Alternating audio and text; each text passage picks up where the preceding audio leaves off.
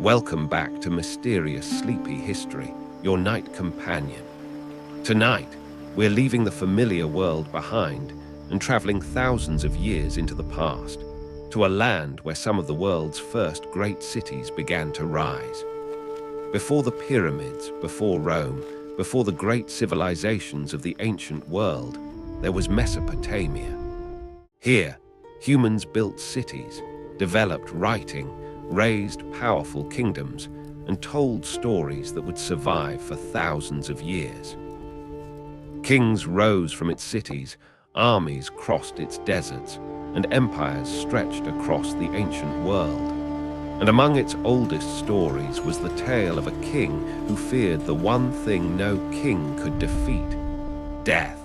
Its cities disappeared beneath the sands. Its kings became names on broken tablets, but their stories survived.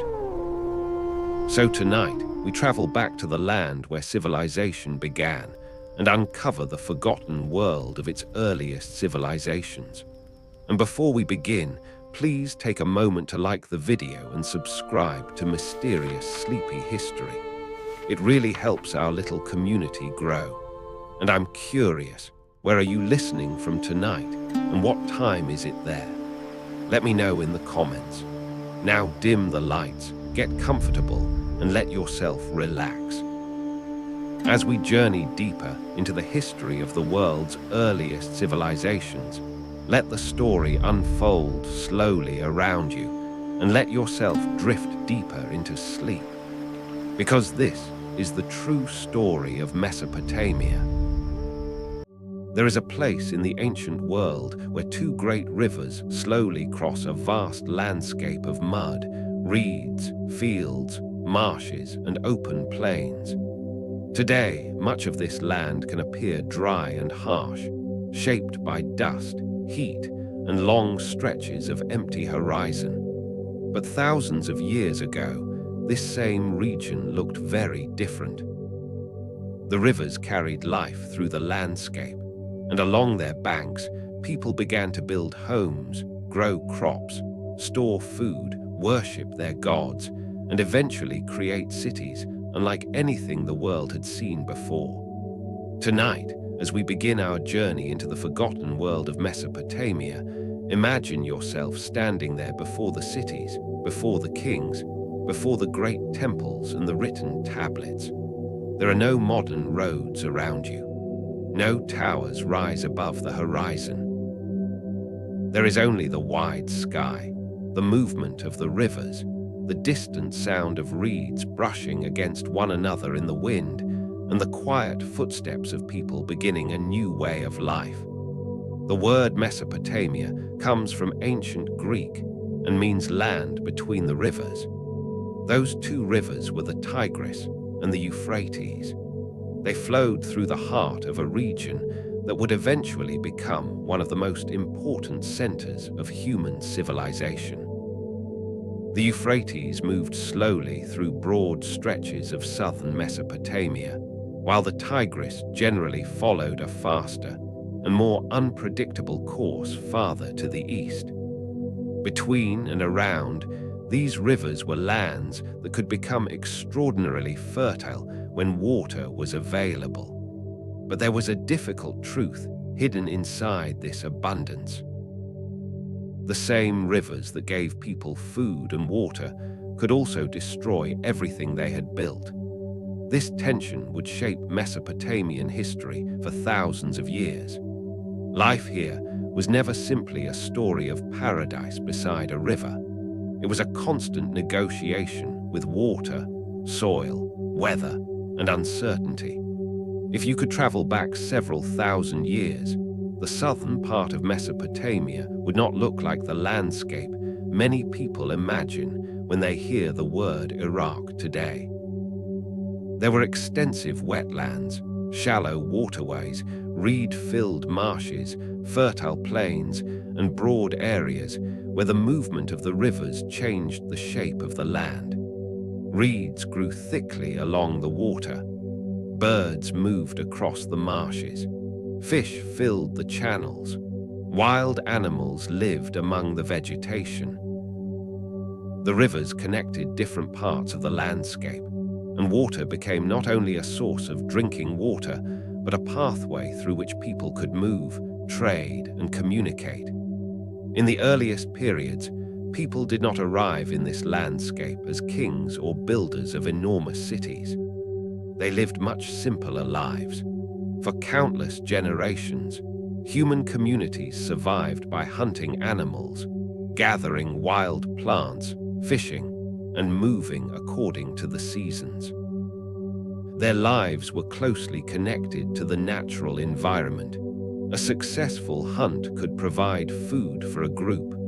A rich patch of wild plants could sustain a settlement for a time. A river could provide fish and water, but nothing was guaranteed. Then something began to change. People gradually learned that instead of following food across the landscape, they could begin to control some of the sources of that food themselves. Plants could be cultivated. Animals could be domesticated. Food could be produced in greater quantities and stored for later. This was one of the quietest but most important transformations in human history. The transition from hunting and gathering to agriculture did not happen overnight. It was not a single moment when people suddenly decided to become farmers. It unfolded slowly across generations. People experimented with plants. They learned which seeds grew best. They discovered that certain animals could be kept close to settlements. They learned to anticipate seasons and to organize their work around them. And once people began producing more food than they immediately needed, an entirely new possibility appeared. They could stay. A community no longer needed to move constantly in search of its next meal. Houses could become permanent. Storage areas could be constructed. Tools could be kept in one place. Fields could be cultivated year after year. The land between the rivers began to attract communities that were willing to build their lives around water and agriculture. But why here? Why did people continue returning to these river valleys when the rivers could be so unpredictable? The answer lies partly in the extraordinary potential of the land. The rivers carried water and fertile sediments into the plains. With careful management, the soil could produce crops in quantities that were difficult to achieve in many surrounding regions. Wheat, barley, dates, and other crops became important parts of life. But agriculture in southern Mesopotamia required something more than simply planting seeds. It required organization. Water had to be directed toward fields. Channels had to be maintained. Ditches could become blocked. Floodwater had to be controlled. Fields had to be divided. Harvests had to be collected and stored. One family's efforts could help one family, but an entire community working together could transform the landscape. This is where one of the deeper mysteries of Mesopotamia begins. The first cities did not appear simply because people suddenly became more intelligent. They emerged from thousands of years of accumulated knowledge, cooperation, environmental pressure, technological experimentation, and social change. Villages grew. As agriculture became more productive, populations increased. Families lived closer together. Craftsmen appeared. Some people became specialists. Potters produced vessels. Weavers worked with textiles. Farmers cultivated fields. Fishermen worked the rivers and marshes. Builders constructed houses and communal structures. People began doing different kinds of work. And when people began depending on one another in more complicated ways, their communities became more complicated too. A village could become a larger settlement. A larger settlement could become a town. And eventually, some towns became cities. One of the most important of these early cities was Uruk. Uruk emerged in southern Mesopotamia and became one of the earliest great urban centers known to history. At its height, it was enormous for its time. Its population, buildings, religious institutions, workshops, streets, and systems of administration represented a completely new level of social organization. Imagine approaching Uruk from a distance. The flat horizon would be broken by large monumental structures rising above the lower buildings. Thousands of people would move through the settlement. Workers would carry materials. Farmers would bring agricultural products. Traders would transport goods. Craftsmen would work in specialized areas. The city would have its own rhythm, and that rhythm depended on the river. Water was life, but water was also work. Canals needed maintenance. Floods could destroy crops. Drought could reduce harvests. A river that gave abundance one year could bring hardship the next. This created one of the defining characteristics of Mesopotamian civilization. It was incredibly productive, but it was also incredibly vulnerable. The landscape offered few natural barriers against invading armies. There were no great mountain ranges protecting the southern plains. The open land allowed movement across long distances, and the same geography that made travel and trade possible also made conflict possible. Communities that depended on the same rivers could compete for land, water, trade routes, and resources. This helps explain why Mesopotamian history would eventually become filled with rival cities, kings, armies, alliances, wars, and shifting empires. But before those kings came the farmers. Before the armies came the villages. Before the palaces came the first permanent houses. And before written history began, generations of ordinary people were already transforming the land. Perhaps the most remarkable part of this story is that the people who began these changes could not have known where they would lead. A farmer planting barley beside a canal could not have imagined that thousands of years later people would still study the civilization that grew from those fields. A family building a permanent house could not have imagined that the decision to stay in one place would eventually contribute to the rise of cities. A worker shaping mud bricks could not have known that those bricks would become part of monumental buildings whose ruins would survive long after the people who built them had disappeared. This is one of the strange qualities of history. The people who create the future rarely know that they are creating it. The earliest communities of Mesopotamia also began to develop technologies that allowed them to work more effectively with their environment. Irrigation systems expanded, tools improved, pottery became more sophisticated, boats made it possible to move along waterways, trade networks connected distant communities. The river itself became a road. Goods could travel by boat more easily than they could be carried across difficult terrain. Agricultural products, pottery, stone, metals, timber, and other resources moved between settlements, and this created another problem. Mesopotamia itself did not possess every resource its growing populations wanted. Southern Mesopotamia had fertile agricultural land, but many materials were scarce. Good building stone was limited. Timber was limited. Certain metals had to be brought from distant regions. As cities grew, their need for resources grew with them. Trade became increasingly important. The rivers connected communities, but the wider landscape connected Mesopotamia to distant lands. Slowly, the world of the village was becoming a world of cities. and cities changed everything. In a village, many people might personally know one another.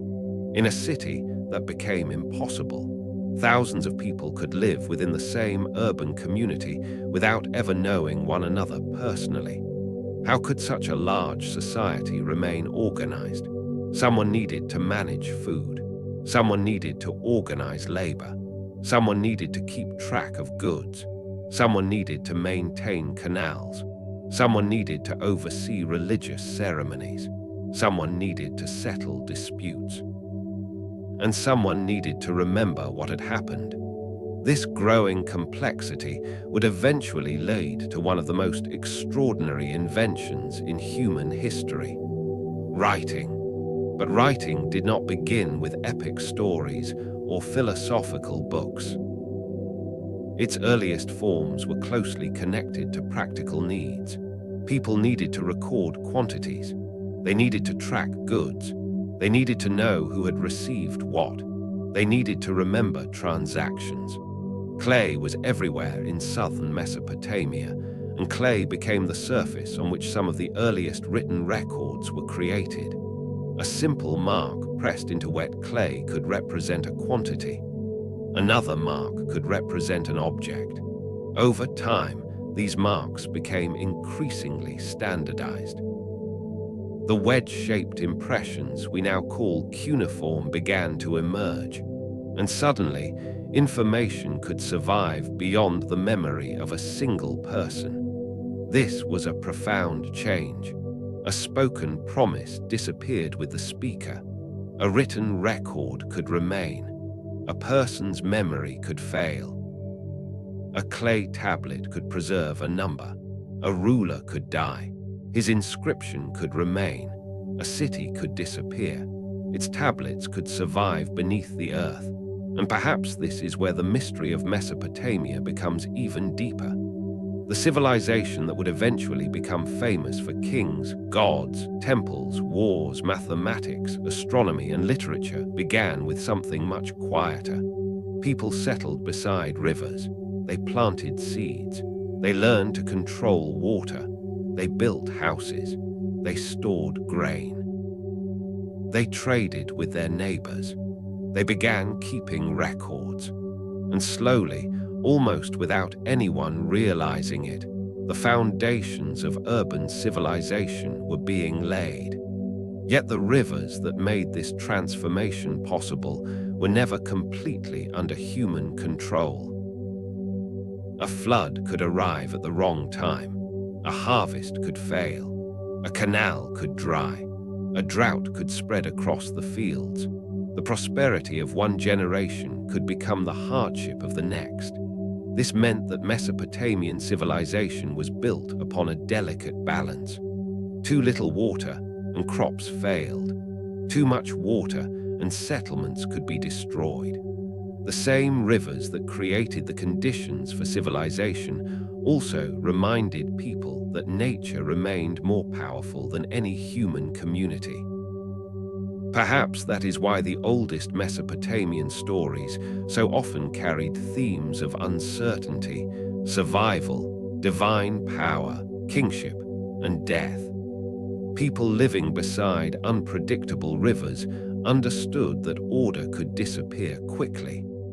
A city could grow for generations and then be abandoned.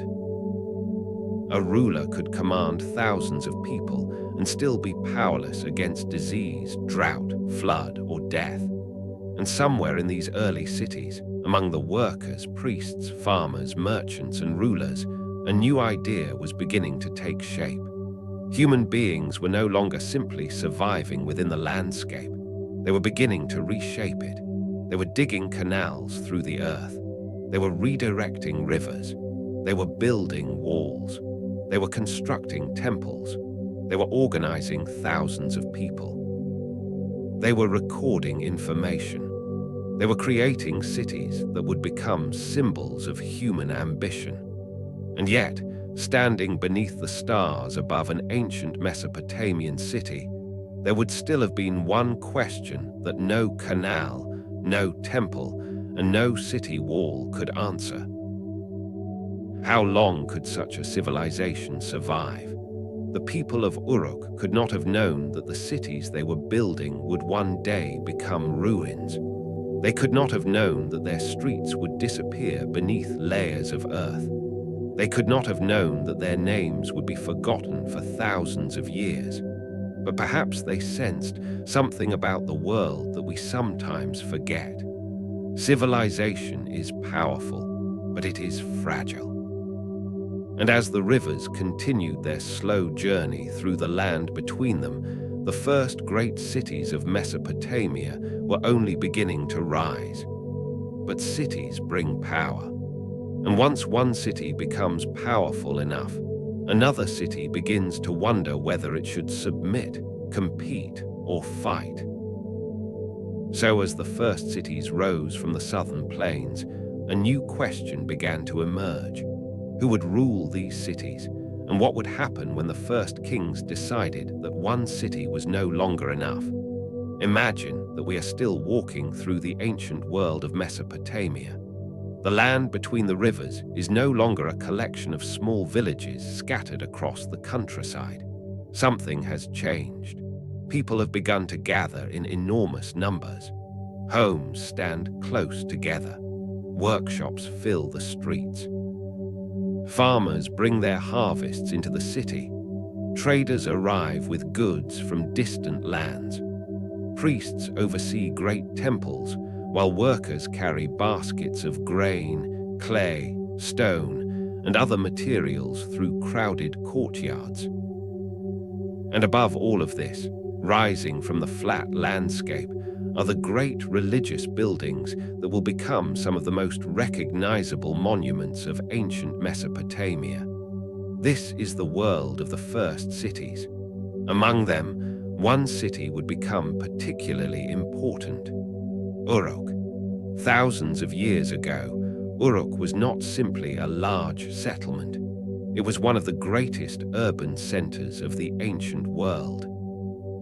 Its streets were filled with people who had very different lives and very different responsibilities. Some worked in agriculture. Others made pottery, textiles, tools, or weapons. Some traded goods. Others served the temples or worked for the administration. The city had become a complicated system in which thousands of people depended on one another. And that created something that had never existed on such a scale before: a true urban society. But Uruk was not alone. Further south stood Eridu, one of the oldest known urban settlements in Mesopotamia. There was also which would later become one of the most powerful cities in the region. Lagash developed its own political and economic importance. These cities were not simply neighborhoods belonging to one larger country. Each could function as its own political world. Each had its own rulers, temples, institutions, territory, and interests. They are often described as city-states because the city itself was the center of political power. If you had lived in southern Mesopotamia thousands of years ago, your identity might have been closely connected to your city. You were not necessarily thinking of yourself as a citizen of a country called Mesopotamia. You belonged to a city, and that city had to protect its land, its water, its fields, its temples, and its people. This made the cities powerful, but it also made them rivals. Before we follow those rivalries, it is worth stepping into the city itself. Imagine approaching Uruk from the surrounding countryside. The landscape is remarkably flat. There are no great mountains dominating the horizon. Instead, the land stretches toward the distant river channels and agricultural fields. As you approach the city, the number of buildings increases. People move along the roads. Animals carry loads. Workers transport baskets of grain. Merchants exchange goods. And somewhere above the ordinary houses, the great religious complex dominates the city: the temple. Religion was not separated from everyday life in the way we might imagine today. The temple was not simply a place people visited for ceremonies. It could also be an economic center. Land could be associated with temples. Workers could serve temple institutions. Agricultural products could be collected and redistributed. Goods could be stored. Records could be kept. The people who worked within this system became increasingly important. Among them were priests and administrators. They helped organize the religious and economic life of the city. But the growing complexity of the city required something more. It required organization on an enormous scale. Think about what was necessary to build a massive temple. Bricks had to be produced. Clay had to be gathered. Workers had to be organized. Food had to be provided. Materials had to be transporting. Someone had to keep track of how much was being used. Someone had to decide who would work where. Someone had to oversee the entire project. The larger the city became, the more complicated these tasks became. And from this complexity emerged new forms of authority. The people who could organize resources gained influence. The people who could control land, food, labor, and religious institutions gained power.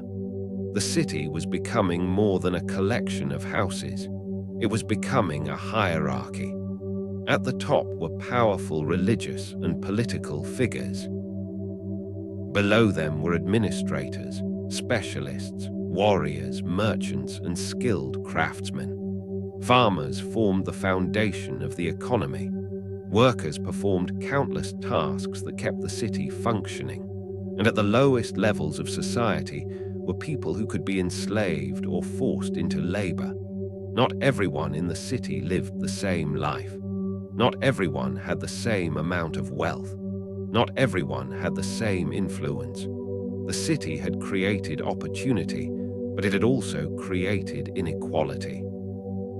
And this was one of the great transformations brought by urban civilization. In a small village, many people might have known one another personally. In a city of thousands, that was no longer possible. The city needed systems. It needed officials. It needed rules. It needed records. It needed people whose entire occupation was to perform specialized tasks. And it needed a way to organize all of them. This is one reason writing became so important in Mesopotamia.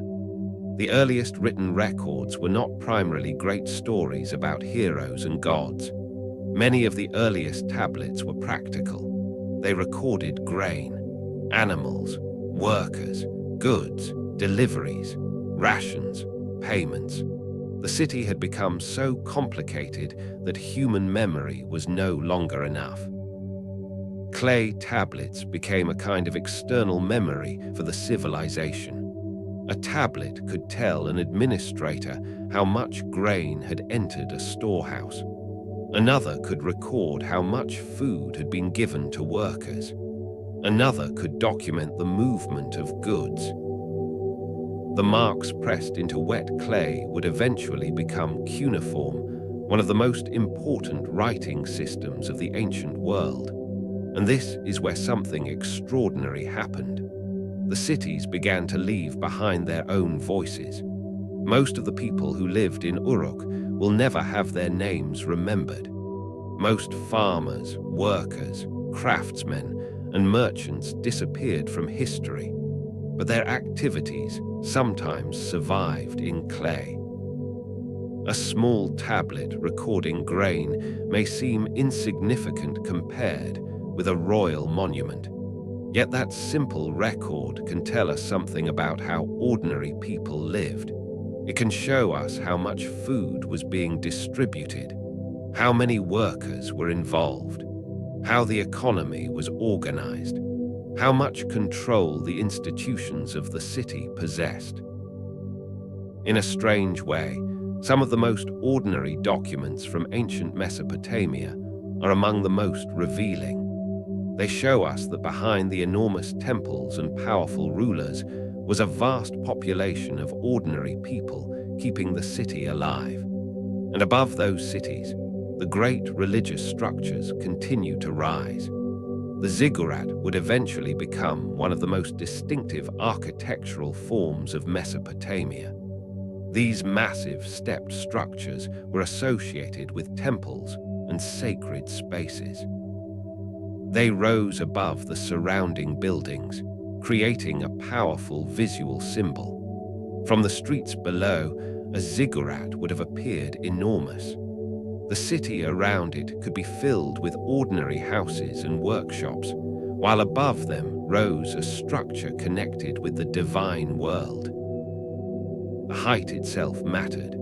The higher the sacred structure rose above the city, the more clearly it separated the sacred space from ordinary life. But the ziggurat was also a demonstration of organization. A building of such scale required labor. It required resources. It required planning. And it required authority. A city capable of building a monumental temple was a city capable of concentrating enormous amounts of human effort. That was a sign of power. But power always creates competition. As the cities grew, their interests began to collide. The reason was simple. Resources were limited. Agricultural land was valuable. Water was essential. Irrigation canals had to be maintained. Trade routes had to be controlled. Fields had to produce enough food to support growing populations. And neighboring cities could want the same things. Imagine two cities depending on the same river system. Both need water for their crops. Both want access to fertile land. Both want their farmers to survive. Both want their merchants to control profitable routes. What happens when the interests of those two cities collide? Negotiation might come first, but eventually conflict could follow. This is why warfare became an increasingly important part of Mesopotamian history. The cities of southern Mesopotamia did not always live peacefully beside one another. The conflicts between Lagash and Umma, for example, show how seriously disputes over land and resources could be taken. These were not simply personal arguments between rulers. The land itself was valuable. The irrigation systems were valuable. The agricultural fields were valuable, and controlling them could determine whether a city prospered or struggled. As the danger of conflict increased, cities began to protect themselves. Walls became increasingly important. A great city surrounded by defensive walls was more difficult to attack. The walls also created a clear boundary between the city and the outside world. Inside were houses, temples, markets, workshops, storage areas, and administrative buildings. Outside were fields, roads, villages, and neighboring territories. The city had become a protected political and economic center, and this changed the experience of everyday life. A person walking through the city could see evidence of both prosperity and danger. There were merchants selling goods, workers carrying supplies, farmers arriving with crops, craftsmen producing tools and pottery, priests moving toward temples, administrators recording transactions, and somewhere nearby, soldiers preparing to defend the city. The same city that could build magnificent temples also needed walls. The same society that created writing also created increasingly organized warfare. The same rivers that made agriculture possible could become sources of conflict. This was the contradiction at the heart of early Mesopotamian civilization. The city created security and danger at the same time. It created wealth and inequality. It created cooperation and competition. It brought people together, but it also placed them into increasingly rigid social structures. And as the cities grew, new problems appeared. How do you feed thousands of people? How do you distribute water? How do you store enough grain? How do you organize thousands of workers? How do you collect resources? How do you settle disputes? How do you protect the city? And perhaps most importantly, who has the authority to make these decisions? At first, religious institutions held enormous influence. The temple was at the center of economic and spiritual life. But as warfare became more important, another kind of authority began to grow. The authority of the ruler. A powerful leader could organize armies. A ruler could command workers. A ruler could control resources. A ruler could negotiate with neighboring cities. And a ruler could lead the city in war. This created a gradual shift in the balance of power. The city needed someone capable of protecting it, someone capable of organizing its resources, someone capable of commanding its people. And eventually, the figure of the king would stand at the center of Mesopotamian political life. But the first kings did not simply appear out of nowhere. Their rise was connected to the very problems created by the growth of civilization. The larger the cities became, the more difficult they were to manage. The more valuable their resources became, the more dangerous their enemies became. And the more frequently cities fought, the greater the need became for organized military leadership. The king could present himself as the protector of the city, the defender of its temples, the guardian of its fields, the leader of its armies, and perhaps even the chosen representative of the gods. This gave political power a sacred dimension. A ruler was not simply a man who happened to possess an army. His authority could be connected to the divine order itself, and that idea would become one of the most powerful political concepts in ancient Mesopotamia. But beneath the temples, palaces, walls, and monuments, there was another story unfolding. The story of ordinary people. The farmer waking before sunrise to work the fields, the worker carrying bricks for a temple, the potter shaping clay, the merchant preparing goods for a distant journey, the scribe pressing signs into a clay tablet, the soldier watching the city gates, the priest preparing for a ceremony. Each person had a role in the enormous machine that was the city, and without them, Uruk, Eridu, and Lagash could never have become great. The first cities were therefore not created by kings alone. They were built by thousands of people whose names have mostly disappeared. Their labor transformed the landscape. Their crops fed the cities. Their hands built the temples. Their trade connected distant regions. Their records created the first great administrative systems. And their conflicts helped shape the political world that followed. Yet there is something haunting about these cities. They were once filled with voices. People walked through their streets. Fires burned at night. Markets were crowded. Temples were active. Children grew up inside their walls. Merchants traveled through their gates. Kings issued commands. Priests performed ceremonies. And scribes filled tablets with the details of daily life. Today, many of those cities are ruins. Their streets are silent. Their walls have collapsed. Their temples have disappeared beneath layers of earth. Yet the clay tablets remain. The broken bricks remain. The foundations remain. And sometimes, beneath the dust, the smallest object can reveal something about a world that vanished thousands of years ago.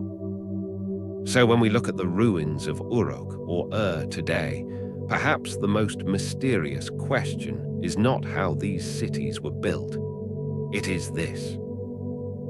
How did a world filled with thousands of people, powerful temples, wealthy merchants, organized armies, and ambitious rulers eventually become the silent ruins we find beneath the Mesopotamian earth? Thousands of years ago, someone pressed a reed into wet clay. There was no paper, no ink, no book, and no library filled with shelves of carefully preserved pages. There was only a small piece of clay, soft enough to receive a mark, and a simple reed cut at one end. The person holding it could never have imagined that those marks would survive for thousands of years, or that someone living in a completely different world would one day look at the same impressions and try to understand what they had been thinking. Yet that is exactly what happened in ancient Mesopotamia. One of the greatest changes in human history began not with a monument or a weapon, but with a simple mark pressed into clay: writing. At first, however, writing was not created to tell stories. It emerged because the cities had become too complicated for human memory alone. Uruk, Eridu, Lagash, and the other growing settlements were filling with farmers, workers, craftsmen, merchants, priests, and administrators.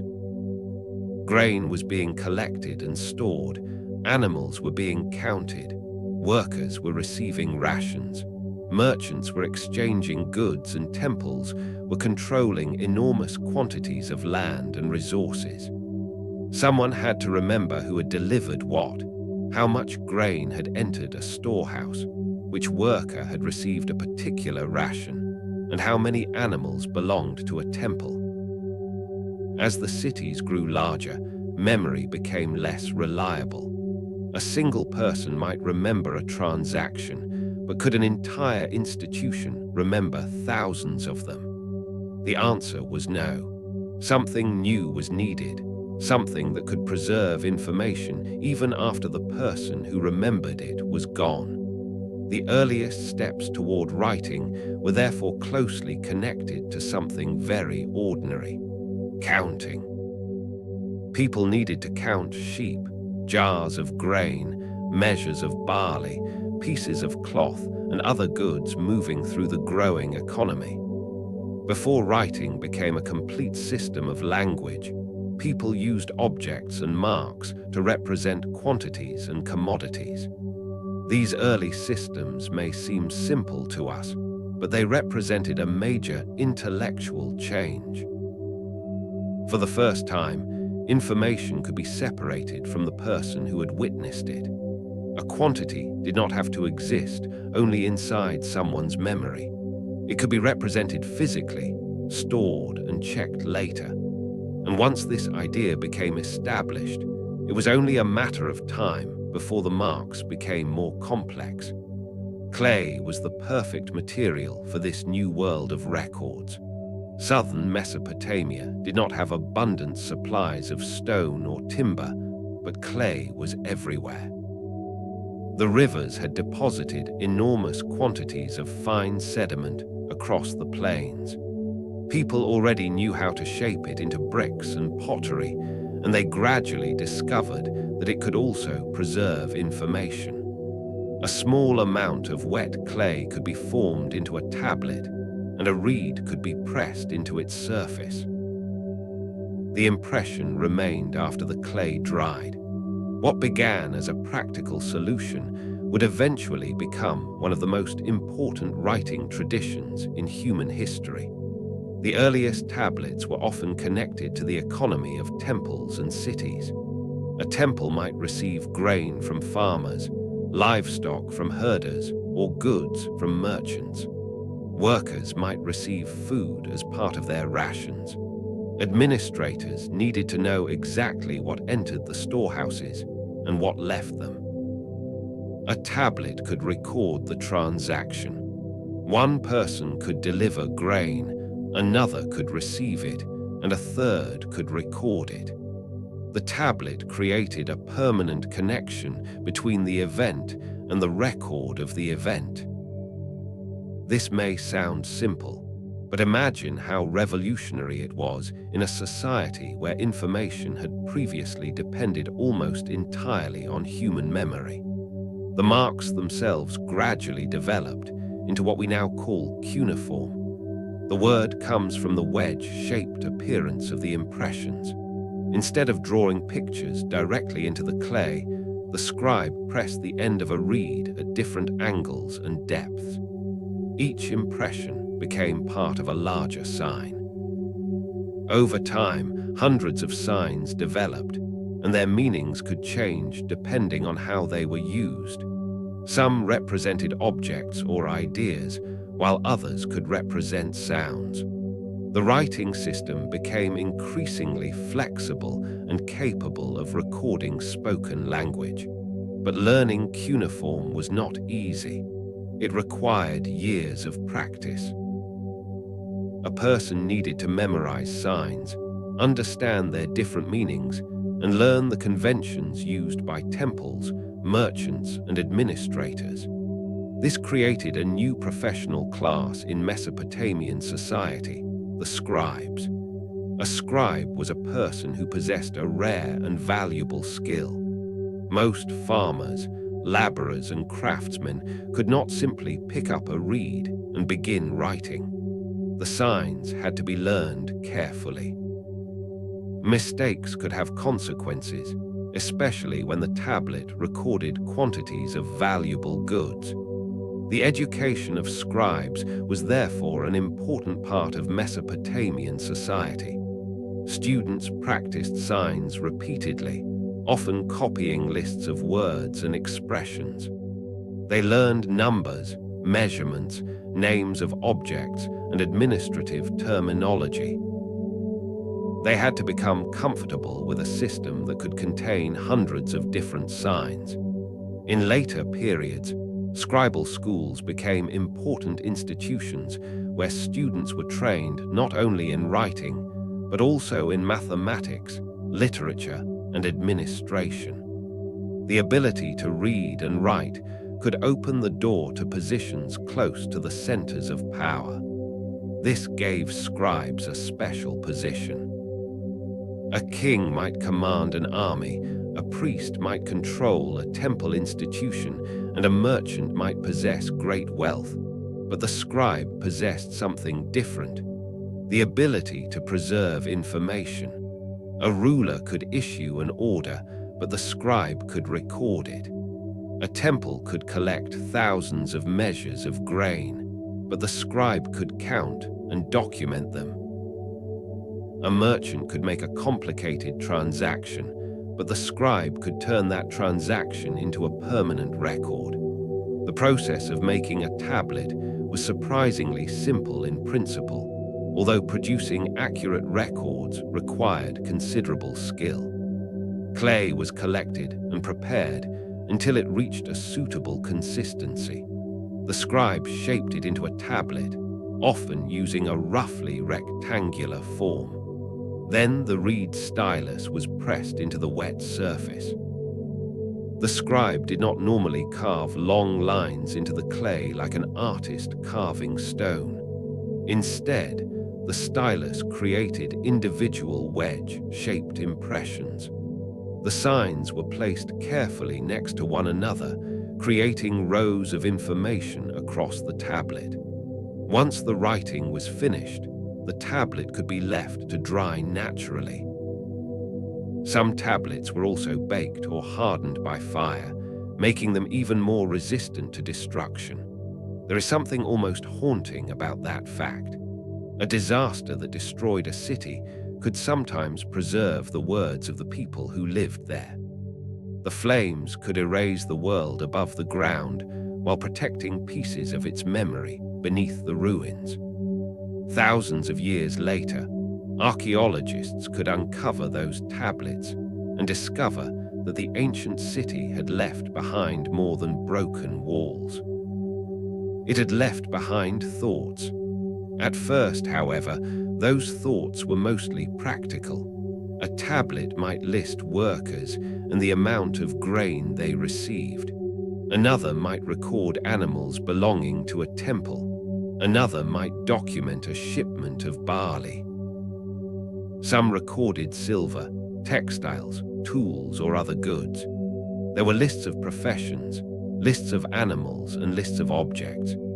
These records may appear unexciting compared with stories of kings and gods, but they are incredibly valuable because they allow us to see how ancient society actually functioned. A royal inscription might tell us that a king was powerful, but an ordinary administrative tablet can show us what his workers ate. A monument might tell us that a temple was wealthy, but a small clay record can show us how much grain entered its storehouse. A king might claim to have conquered a city, while thousands of small records reveal what happened to the economy and population afterward. The ordinary documents allow us to move closer to the lives of people who were never important enough to appear in royal monuments. The temple economy played a particularly important role in the development of writing. Temples were major landowners and economic institutions.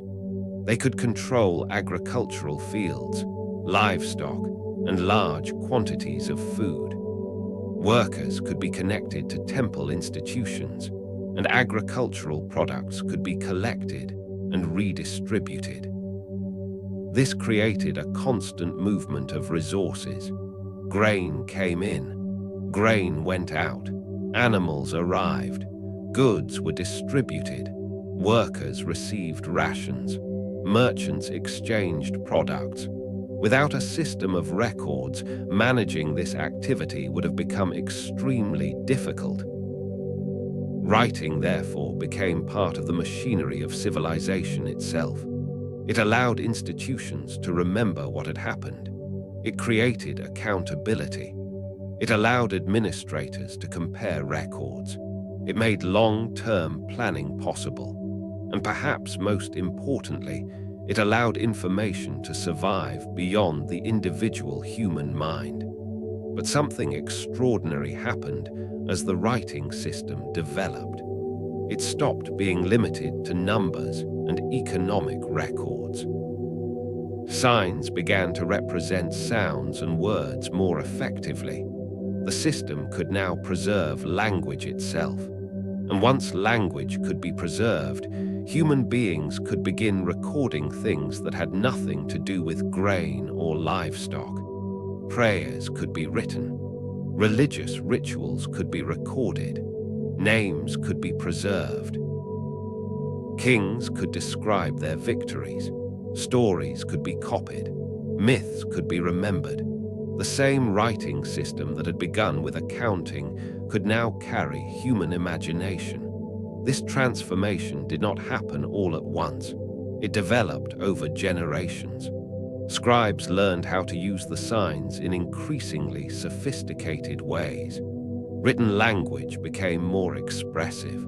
People could record longer passages and more complex ideas. The tablet was no longer simply an accounting tool. It had become a medium for preserving culture. And this opened a door into one of the deepest parts of Mesopotamian civilization, the world of the gods. The people of Mesopotamia lived in a universe filled with divine beings who controlled forces that humans could never fully understand. Storms, floods, fertility, war, disease, the movement of the heavens, and the mysterious boundary between life and death were all connected to the divine world. Their gods appeared in stories, rituals, and prayers, and writing allowed those traditions to survive. Some tablets contained hymns and prayers. Others described rituals. Some preserved myths about the creation of the world, the actions of the gods, or the relationships between divine beings and human rulers. The stories could be copied and transmitted from one generation of scribes to another, and eventually, writing began to preserve something even more human: stories about kings. Mesopotamian rulers were often remembered as figures who stood between ordinary humanity and the divine world. They built temples, fought wars, defended cities, and claimed the support of the gods. Their stories could become legends, and some of those legends survived in written form. Among the most famous is the story of Gilgamesh, the legendary king associated with Uruk. The story of Gilgamesh is much more than a tale about a powerful ruler. At its heart is a question that feels surprisingly modern. What does it mean to be human when death is unavoidable? Gilgamesh is powerful. He is a king. He possesses strength and authority, but he cannot escape mortality. Through his adventures, his friendship with Enkidu and his encounters with the forces of the divine world, the story explores friendship, power, loss, grief, fear, and the search for immortality.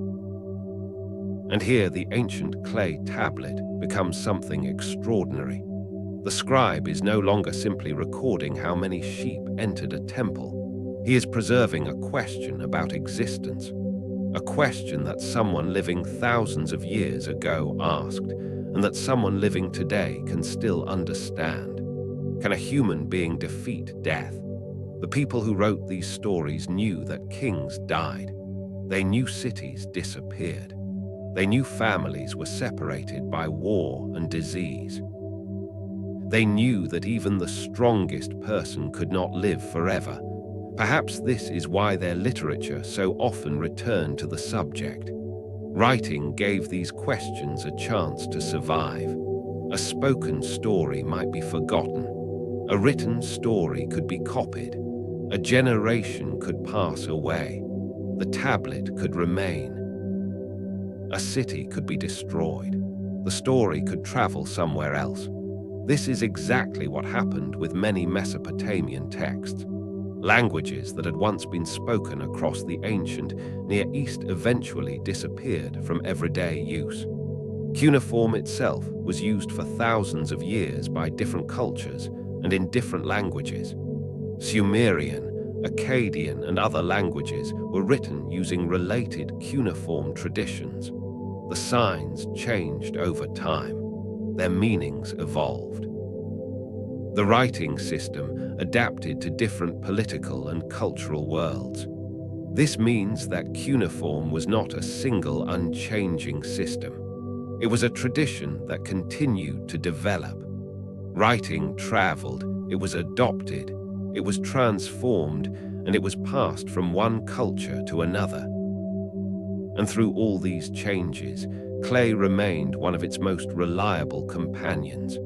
This is why the survival of Mesopotamian tablets is so extraordinary.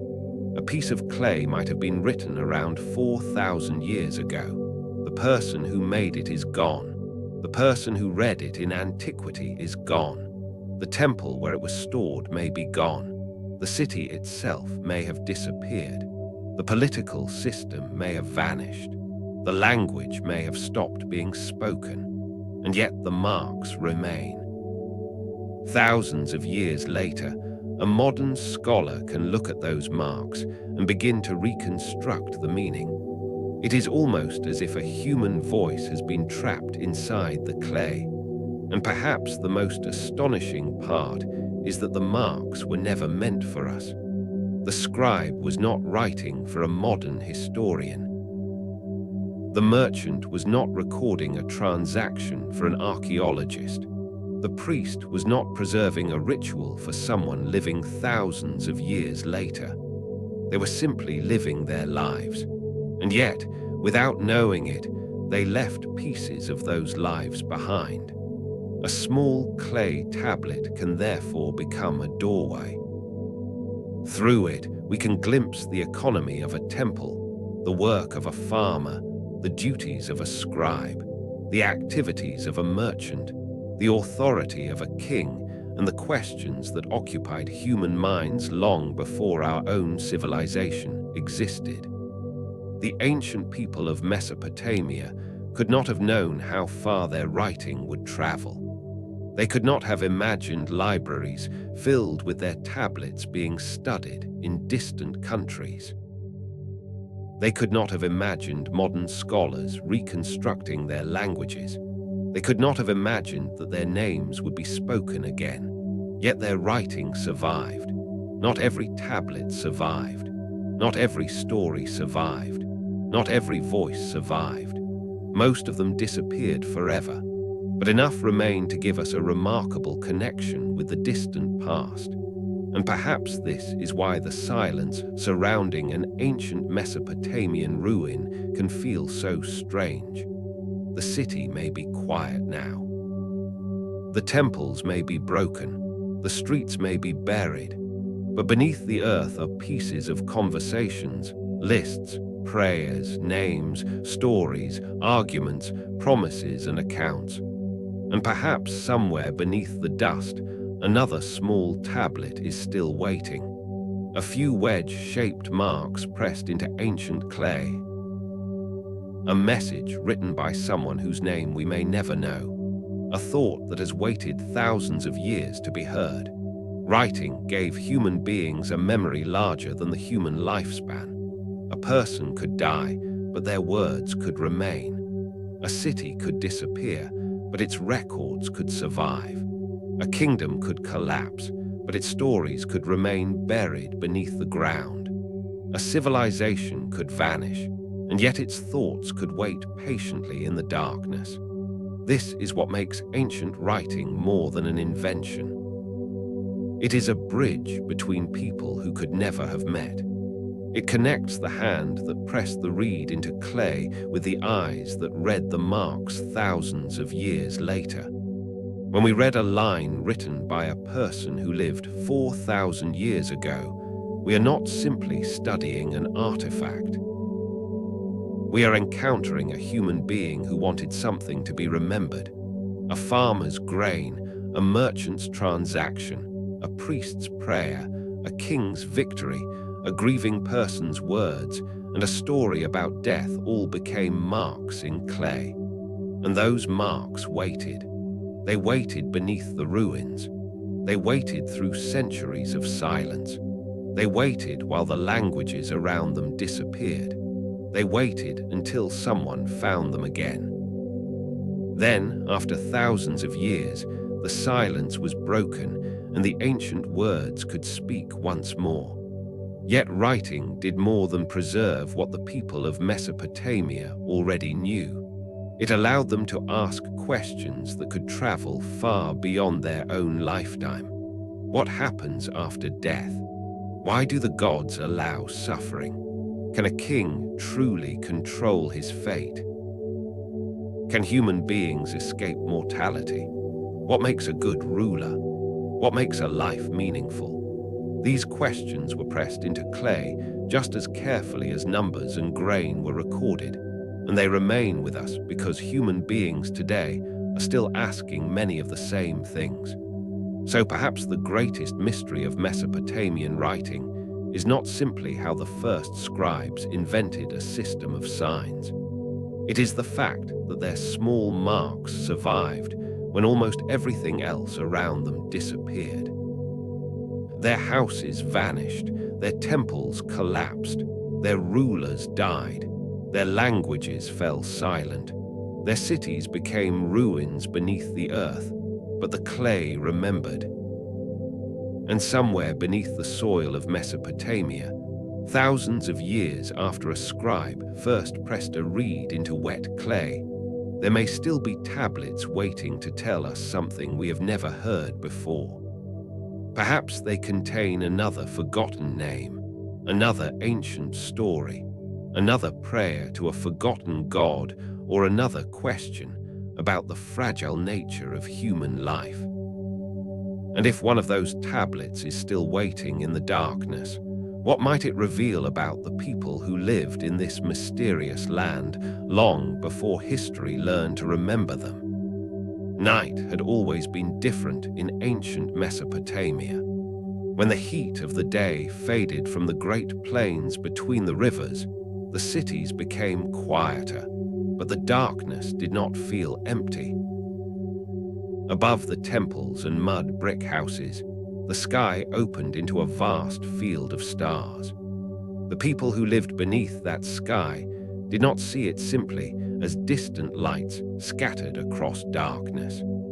They believed the heavens were connected to the world below, and that the movements of the stars, the appearance of the moon, the coming of storms, and even the strange darkness of an eclipse could carry messages from powers beyond human understanding.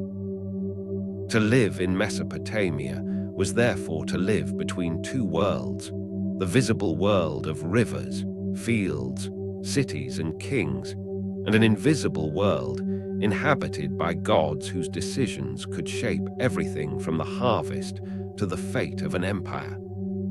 The Mesopotamian gods were not imagined as distant and perfect beings who existed far away from human life. They were deeply connected to the cities, the rivers, the storms, the harvests, the sky, and the changing seasons. They could bring prosperity, but they could also bring destruction. They could protect a city, but they could also abandon it. They could grant a king victory or allow his enemies to defeat him. The people of Mesopotamia therefore lived with an awareness that the world around them was never completely under human control. A successful harvest could mean that the gods were favorable. A devastating flood might be interpreted as a warning or punishment. A sudden illness could raise questions about divine anger. When a storm appeared unexpectedly over the fields, people did not simply ask what caused it physically. They could also ask what it meant. And perhaps this was one of the most important ideas in Mesopotamian religion. The world was filled with signs, but human beings had to learn how to read them. At the highest levels of the divine world was Anu, the great god associated with the sky. The heavens were not merely a physical space to the Mesopotamians. They were part of the divine order, and Anu represented the authority of the sky itself. Beneath this vast celestial realm stood other powerful gods whose influence extended into nearly every part of human existence. Enlil was associated with air, wind, and storms, but his importance went far beyond the weather. He was one of the most powerful gods in the Mesopotamian religious tradition and was closely connected with authority, kingship, and the ordering of the world. To people living in a land where violent storms and unpredictable environmental conditions could transform daily life, the power associated with Enlil was both impressive and frightening. A storm could bring life-giving rain, but it could also destroy homes and crops. The same force that made the land fertile could remind people how powerless they were before nature.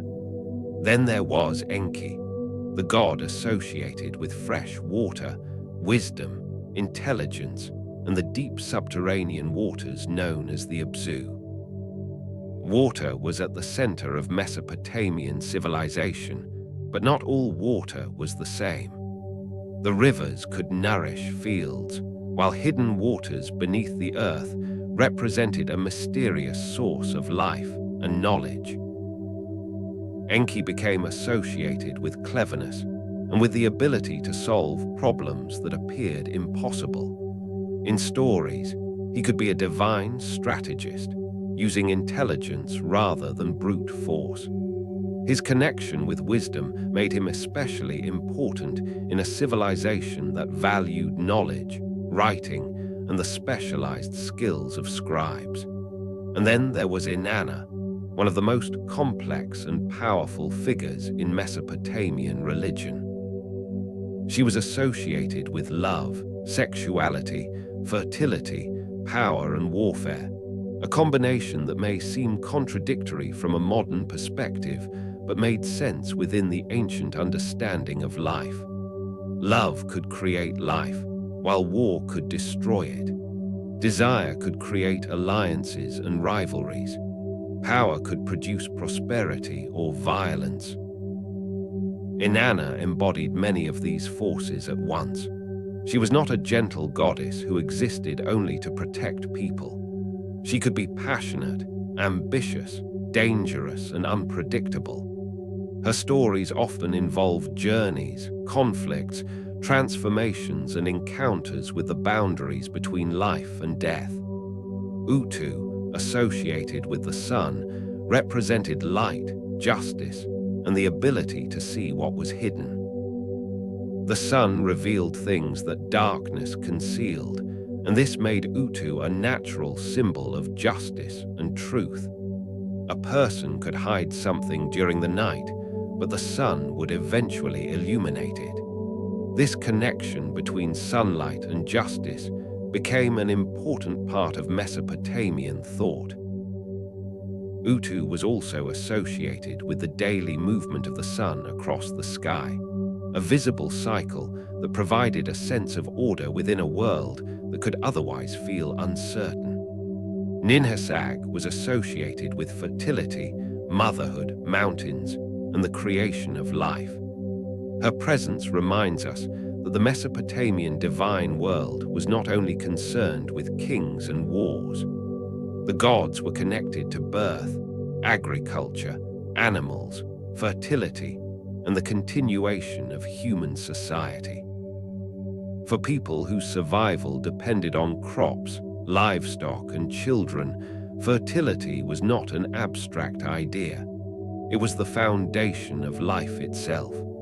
Together, these gods formed a complicated divine society.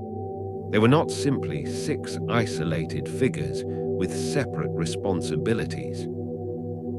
They existed within a larger network of relationships, conflicts, alliances, and stories. Gods could have families. They could argue. They could become angry. They could make decisions. They could help humans or punish them. Their stories reflected many of the same emotions that shaped human society, but their power was vastly greater. A human king might control a city, but the gods were believed to influence the forces upon which the entire city depended. This created a difficult relationship between humans and the divine world. The people of Mesopotamia believed they depended on the gods, but they could never be certain what the gods wanted. A person might pray for a good harvest, make an offering, and perform the correct ritual, yet the harvest could still fail. A king might ask for victory, make sacrifices, and consult priests, yet an enemy army could still approach the city walls. The gods were powerful, but they were not always predictable. This uncertainty created fear. The temples were therefore among the most important places in Mesopotamian society. They were not simply buildings where people gathered once a week to worship. They were sacred institutions connected to the gods themselves. A temple could own land, employ workers, store food, and organize economic activity, while its priests performed rituals intended to maintain the relationship between the human and divine worlds. The temple represented a point of contact between ordinary people and the gods. Inside its sacred spaces, priests performed ceremonies, presented offerings, and maintained images or symbols associated with the deity. The ordinary person could not simply walk into every sacred area of a temple. Certain spaces were restricted. Priests had special responsibilities and specialized knowledge. They knew the rituals. They knew the appropriate offerings. They understood the calendars of ceremonies. They could interpret religious traditions and in some periods observe signs that ordinary people might not know how to understand. Their knowledge gave them influence, especially when people were searching for answers to frightening or uncertain events. And uncertainty was everywhere. What would happen tomorrow? Would the harvest succeed? Would an enemy attack? Would the king survive? Would a child recover from illness? Would the river rise too high? Would the gods remain favorable? Without modern science, medicine, or weather forecasting, people had to find other ways to understand an unpredictable world. One of those methods was divination. Divination was the attempt to discover information about the will of the gods through signs. Almost anything unusual could potentially become meaningful. The movement of celestial bodies could be observed. Strange events could be recorded. The behavior of animals could be interpreted. Dreams could be examined. Unusual births, unexpected weather events, and other anomalies could be treated as possible omens. The purpose was not necessarily to predict the future in the modern sense. It was often an attempt to understand what the gods might be communicating. Imagine a Mesopotamian city late at night. The streets are dark. Most people are inside their homes. The temples are quiet, but somewhere above the city, a priest or scholar is watching the sky. The moon moves slowly across the darkness. Stars appear in familiar patterns. A planet changes its position. The observer records what he sees. The heavens become a vast celestial tablet, and every movement might carry meaning. The question is not simply where the stars are. The question is what they are saying. The Mesopotamians became remarkable observers of the sky. Over generations, they recorded celestial phenomena with extraordinary patience. They watched the movements of the moon and planets. They observed eclipses. They tracked recurring patterns. They created systems for organizing what they saw. Their observations were deeply connected to religion and divination, but they also created an enormous body of astronomical knowledge that would later influence other civilizations. An eclipse could be especially frightening. Imagine living thousands of years ago when the sun suddenly begins to disappear in the middle of the day. The light fades. The world becomes strangely dark. Animals may behave differently. People look toward the sky and see something that appears impossible. Today, we understand that an eclipse is a natural astronomical event, but to ancient observers, it could be interpreted as an extraordinary sign. If the sun disappeared, what could that mean for the king? What could it mean for the city? What message was hidden in the darkness? The same was true of storms. A violent storm could arrive over the flat plains with little warning. Wind could tear through settlements. Rain could transform roads into mud. Lightning could strike the landscape. Thunder could shake the city. For people who understood nature through a religious worldview, such events could be connected to divine power. Enlil and other storm-related divine forces could be imagined behind the terrifying movement of the sky. Dreams occupied an equally mysterious position. Every night, people entered a world they could not control.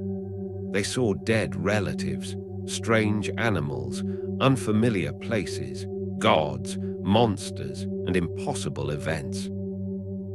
A person could wake from a dream carrying fear or wonder, and wonder whether it meant something. The Mesopotamians took dreams seriously. Some dreams were believed to contain divine messages, warnings, or indications of what might happen. This created another role for specialists who could interpret dreams. A dream was not necessarily understood as random activity of the sleeping mind. It could be treated as a message that required interpretation. If a king dreamed of an unusual event, the dream might be considered politically important. If a person dreamed of a god, an animal, or a strange symbol, the meaning could be examined through established traditions of interpretation. There is something deeply human about this. Even today, people sometimes wake from a vivid dream and wonder why they saw what they saw. The difference is that in ancient Mesopotamia, dreams could become part of a larger system of religious interpretation. A dream was another possible doorway into the invisible world. Omen traditions became increasingly sophisticated. Over long periods, Mesopotamian scholars recorded observations and their supposed outcomes. If a particular celestial event occurred and something important happened afterward, the event could be remembered. Over generations, collections of omens became enormous. They represented attempts to organize uncertainty, to transform frightening randomness into something that could be studied. The idea was not that every event had an obvious meaning. Quite the opposite. The world was complicated, and interpreting it required expertise. A sign could have different meanings depending on circumstances. The position of a celestial body mattered. The timing mattered. The identity of the person affected mattered. The political situation could matter. A king might receive an interpretation that differed from an ordinary person. This shows us something important about Mesopotamian religion. It was not simply a collection of myths about gods. It was also a system for understanding uncertainty. People wanted to know what was happening. They wanted to know why disasters occurred. They wanted to know whether the gods were angry. They wanted to know whether the king was safe. They wanted to know whether the harvest would succeed. They wanted to know what the future might bring.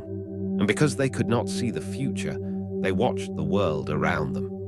The sky became a source of information. Dreams became a source of information. Animals became a source of information. Unexpected events became a source of information. The entire world could become a message, yet the gods themselves remained mysterious. Humans could make offerings, pray, and perform rituals, but there was no guarantee that the gods would respond exactly as expected. The relationship was unequal. Humans needed the gods, but the gods did not appear to need humans in the same way. This imbalance created an atmosphere of uncertainty and fear. In some Mesopotamian traditions, humans were created to serve the gods, to maintain the divine order and perform the work required by the cosmic system. This meant that human beings had a purpose, but it was not necessarily a comfortable one. The gods were powerful beings, and humanity existed within a hierarchy in which the divine stood above the human. This helps explain the importance of ritual. Ritual was a way of maintaining order. Offerings, prayers, and ceremonies were not merely expressions of personal faith. They were part of the relationship between the human community and the divine world. A city that maintained its temples and rituals was maintaining its connection with its gods. But what happened when that relationship failed? Mesopotamian myths sometimes imagined terrible consequences. A city could be defeated. A temple could be destroyed. A god could abandon a city. A king could lose divine support. A flood could erase settlements. War could transform prosperous lands into ruins. The possibility that the gods might withdraw their protection was one of the darkest fears in Mesopotamian thought, and death was the ultimate example of human helplessness. No matter how powerful a person became, death remained unavoidable. The Mesopotamians had ideas about an afterlife, but their vision was often far darker than later religious traditions that imagined a paradise filled with reward. The dead were believed to enter an underworld, a shadowy realm associated with the goddess Ereshkigal and the world of the dead. It was not necessarily a place of punishment in the modern sense. It was a place where the dead continued their existence in a diminished and gloomy state. The ancient Mesopotamian underworld was not a place from which most people expected to return. The living remained above. The dead went below. The boundary between these worlds was powerful and frightening. Stories such as the descent of Inanna into the underworld explored this boundary. Inanna, one of the most powerful goddesses, enters the realm ruled by Ereshkigal. The journey becomes a confrontation with death itself. Even a goddess is not completely free from the laws of the underworld. The story is filled with symbols of power, loss, transformation, and return. For ordinary people, death was even more final. The dead could not simply be forgotten, however. Families continued to perform rituals and offerings for deceased relatives. The relationship between the living and the dead could continue through memory and ceremony. The dead were part of the family history, and the living had responsibilities toward them. This created another connection between the visible and invisible worlds. The dead were no longer physically present, but they had not necessarily ceased to matter. Their memory remained. Their names remained. Their families continued to remember them, and perhaps this is why the Mesopotamian world could feel so full of unseen presences. The gods were invisible. The dead were beneath the earth. Dreams came from an uncertain realm between sleep and waking. The stars moved silently above the city. Storms arrived from beyond the horizon. The future remained hidden. The world was visible, but its meaning was not. For a person living in ancient Mesopotamia, every night could therefore feel like a moment of uncertainty. The city became dark. Lamps burned inside homes. The temples stood against the night sky. Beyond the walls, the fields disappeared into darkness. Above everything, the stars remained visible. Perhaps a priest was watching the heavens. Perhaps a family was sleeping. Perhaps a king was dreaming. Perhaps someone was wondering whether the next harvest would be successful. Perhaps somewhere in the city, a person had just awakened from a dream and was trying to understand what they had seen. And above them all, the gods remained beyond human sight. This was the mysterious world of Mesopotamian religion. A world where the heavens could speak, dreams could warn, storms could carry divine meaning, and death opened the door to a dark realm beneath the earth. People built enormous temples, not only because they wanted to honor their gods, but because they wanted to remain connected to a universe they believed was constantly watching them. They looked toward the stars because they wanted answers. They studied eclipses because darkness in the sky could not simply be ignored. They recorded omens because uncertainty was frightening.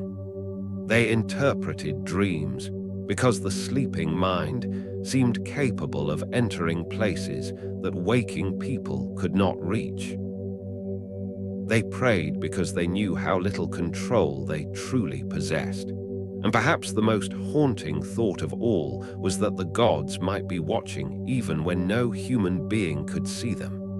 The ancient Mesopotamian night was therefore never completely empty. The darkness contained the unknown. The sky contained signs. The earth contained the dead. The temples connected the city to the gods.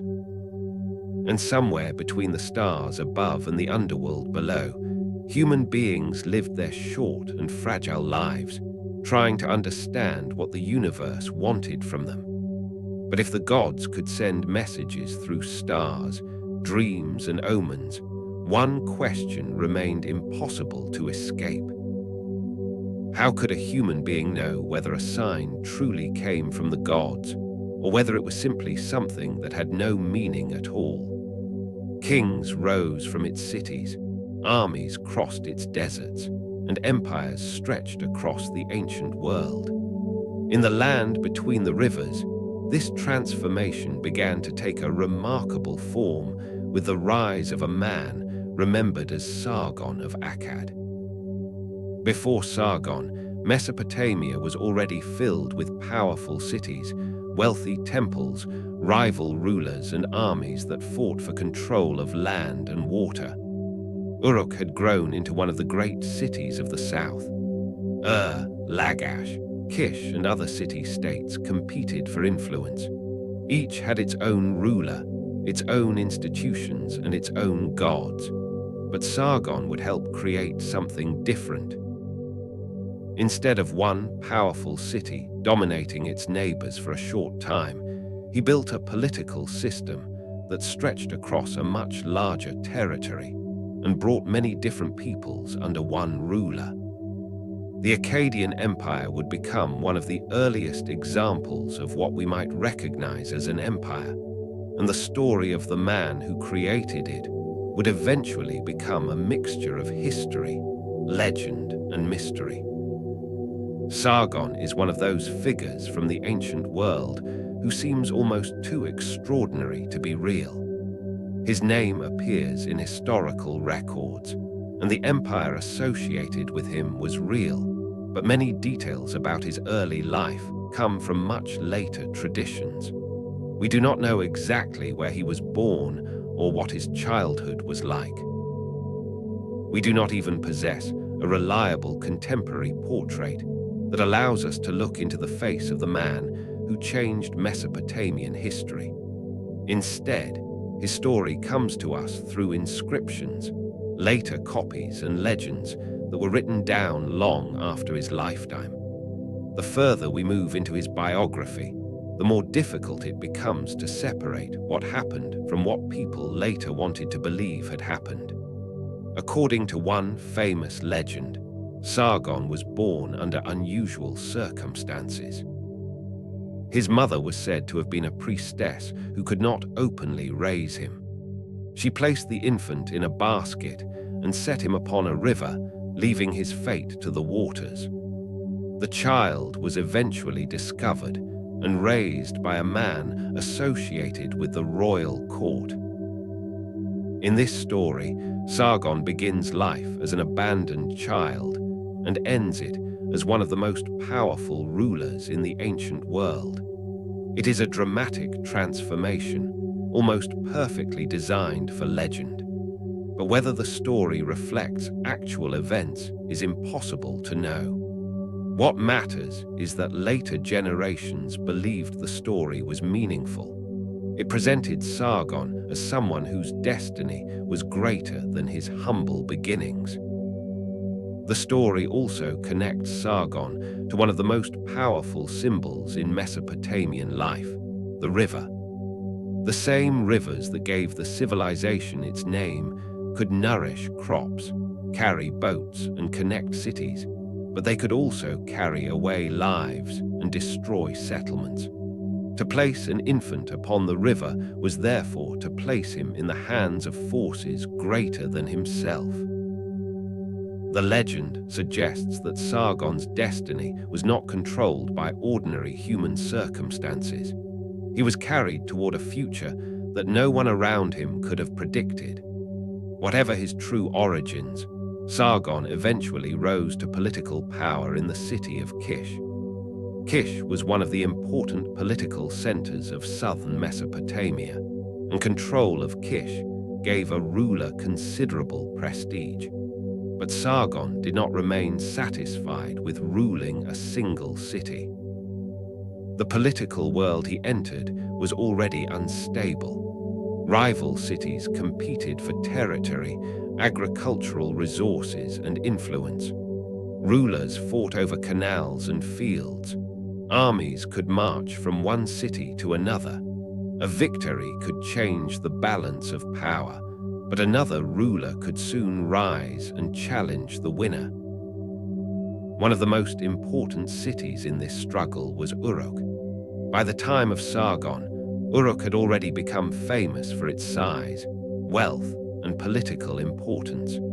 It was also associated with some of the oldest traditions of Mesopotamian kingship. Later stories connected Uruk with Gilgamesh, the legendary king whose story would become one of the great works of Mesopotamian literature. Sargon's conflict with Uruk, therefore, carried a symbolic importance. If a ruler could defeat Uruk, he was not simply conquering another city.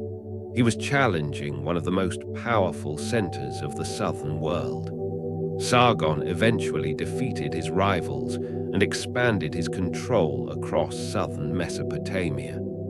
The precise sequence of his campaigns is difficult to reconstruct, but the overall picture is clear. He used military force, political authority, and administrative organization to extend his influence far beyond the limits of a single city-state. The idea was no longer simply that one city should dominate another. The ambition was much larger. Different cities could become parts of one political system. This was a major transformation. A city-state was centered on one city and its surrounding territory. Its ruler governed a relatively limited population. Its temples controlled local resources. Its army was generally organized around the interests of that particular political community. But an empire was different. It had to manage many communities, different languages, different traditions, and different local elites. It had to collect resources from distant territories and maintain authority over people who might never have seen the ruler in person. Sargon therefore faced a problem that every empire would face after him. How do you control a territory that is too large for the ruler to personally supervise? The answer involved the army. Sargon's military campaigns became central to his power. His soldiers allowed him to defeat rival rulers and impose his authority over conquered territories. The exact organization of his army is not completely known, but later Mesopotamian traditions remember Sargon as a ruler capable of mobilizing large forces and campaigning across considerable distances. The soldiers needed food, weapons, and supplies. They needed routes through unfamiliar territories. They needed commanders who could carry out orders far from the center of power. This meant that conquest was only the beginning. Taking a city was one thing, keeping it was another. A defeated ruler could be removed or forced to submit, but the population remained. Farmers still needed to cultivate fields. Merchants still needed to trade. Temples still needed to function. Taxes or tribute still had to be collected. Roads and canals still had to be maintained. If Sargon wanted his empire to survive, he needed more than victories on the battlefield. He needed administration. This is where the existing Mesopotamian tradition of writing became extremely important. The scribes who had once recorded grain, animals, and temple transactions could now become part of an imperial system. Written records could help administrators keep track of resources, deliveries, officials, and obligations. The same invention that had once allowed a city to manage its own economy could now help a ruler manage territories far beyond the city walls. Sargon's empire also brought together people from different cultural and linguistic backgrounds. Akkadian became increasingly important as a language of administration and political power, while Sumerian traditions remained deeply influential in the south. This created a world in which different traditions existed under one imperial structure.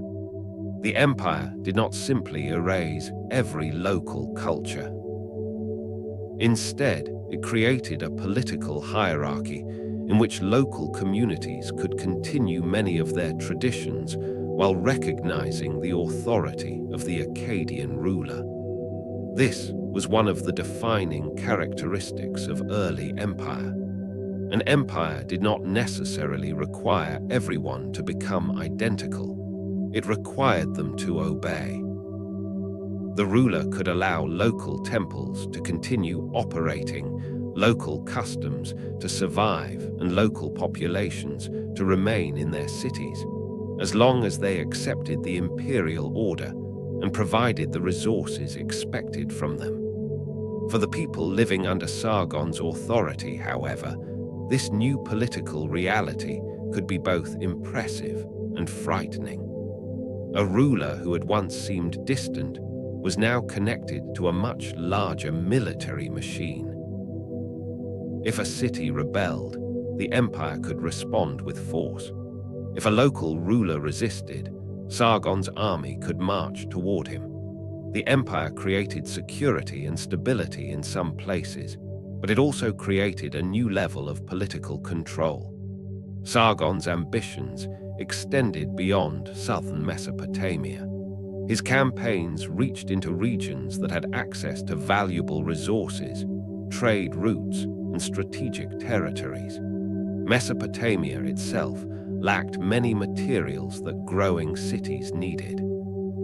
Stone, metals, timber, and other resources had to come from outside the southern plains. Control over distant territories therefore had economic value as well as political value.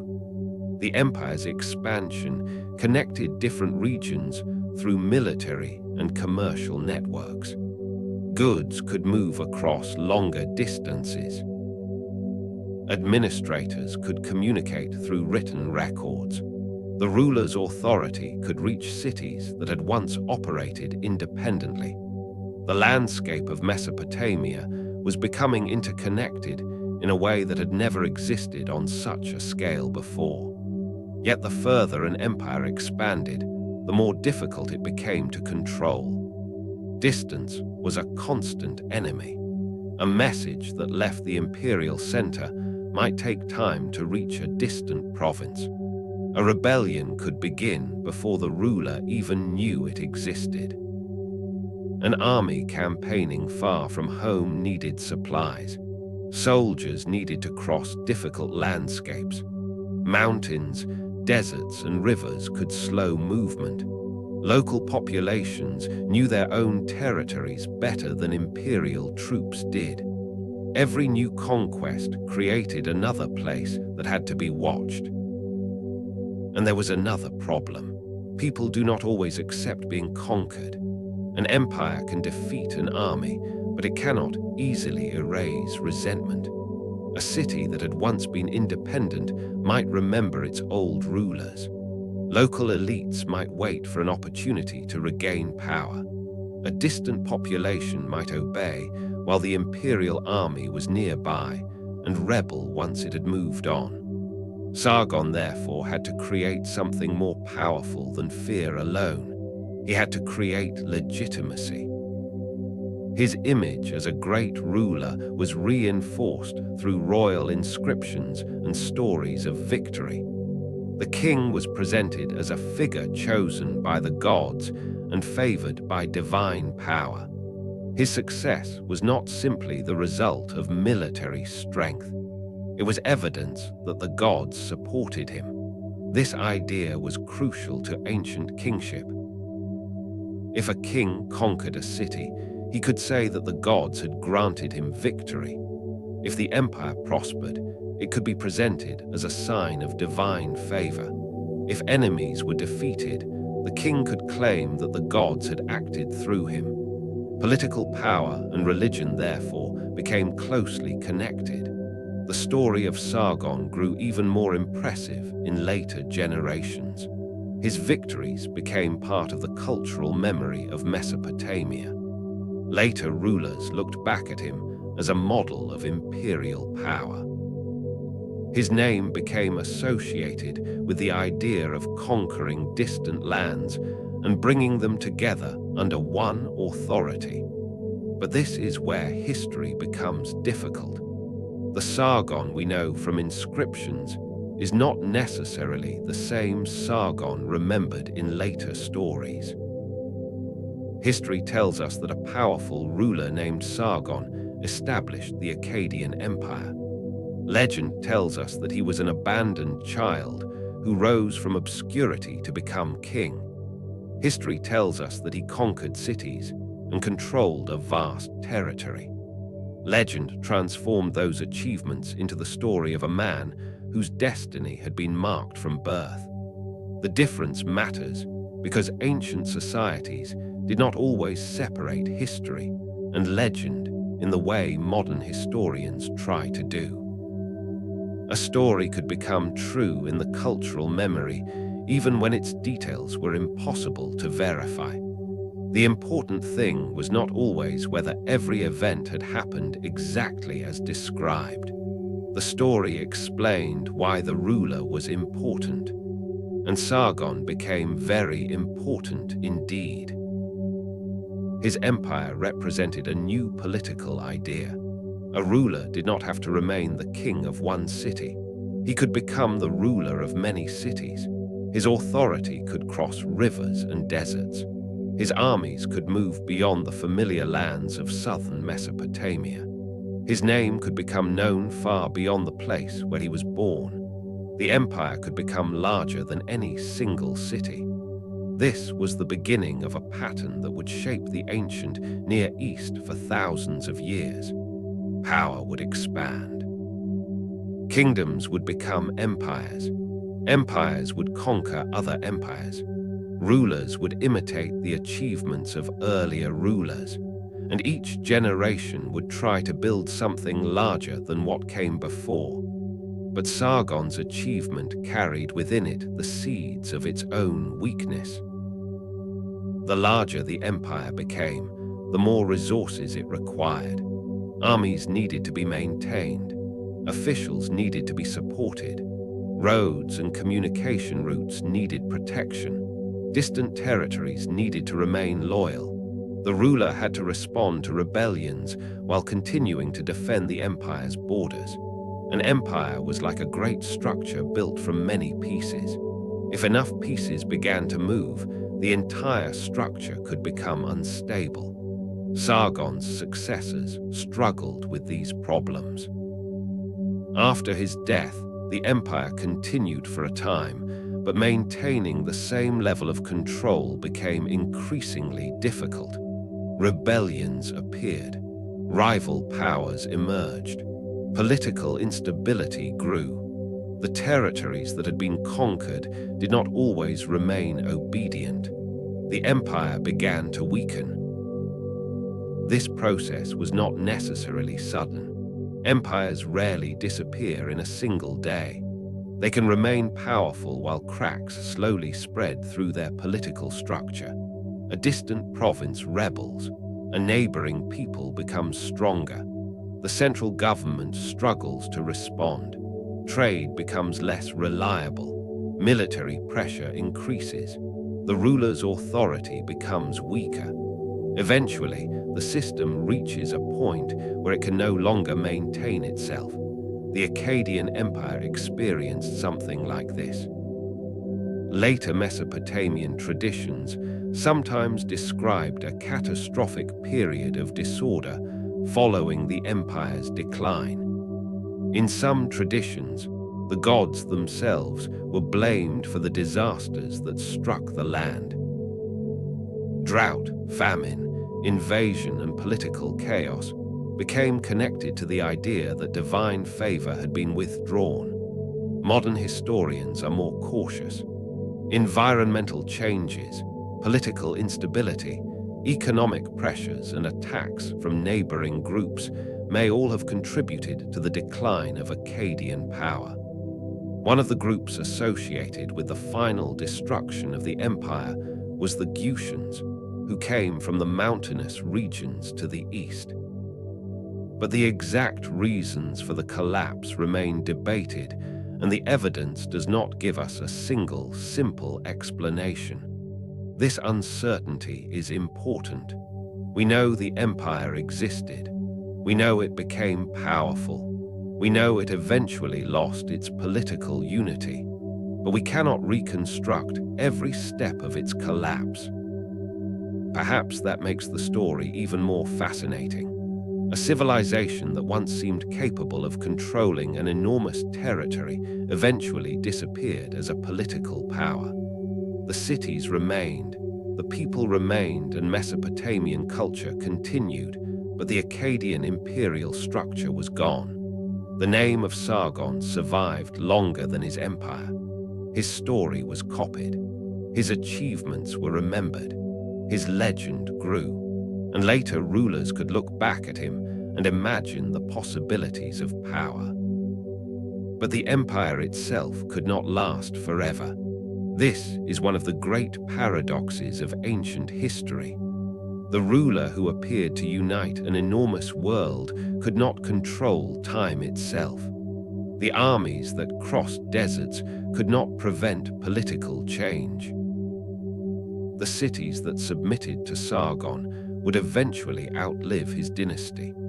The empire that seemed so powerful would become another layer of history beneath the civilizations that followed. The Akkadian Empire therefore left behind more than ruins. It left behind an idea. The idea that Mesopotamia could be unified under a single imperial authority. The idea that a king could rule not merely a city, but a world of different peoples. The idea that military power, administration, writing, and religion could be combined to create something much larger than a traditional city-state. Later rulers would build upon that idea. Some would try to recreate Sargon's empire. Others would try to surpass it. And for thousands of years, Mesopotamian kings would continue to look toward the past for models of greatness. But there is something else worth remembering about Sargon. For all the stories about conquest and power, we still know remarkably little about the man himself. We do not know exactly what he looked like. We do not know what he felt when he first entered the great cities he conquered. We do not know what he thought when his army marched into unfamiliar lands.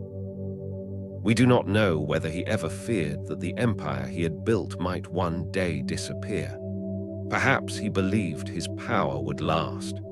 Perhaps he understood that every empire eventually changes. Perhaps he simply believed that the gods had given him a destiny that could not be denied. Whatever he believed, history eventually proved one thing: even the greatest empire is temporary. Sargon's soldiers marched across the ancient world. His administrators recorded the resources of conquered lands. His name became associated with kingship and conquest. His empire stretched farther than the city-states that came before it. But eventually, the armies stopped marching. The political system weakened. The empire disappeared, and the world moved on. Thousands of years later, we are left with fragments of that world.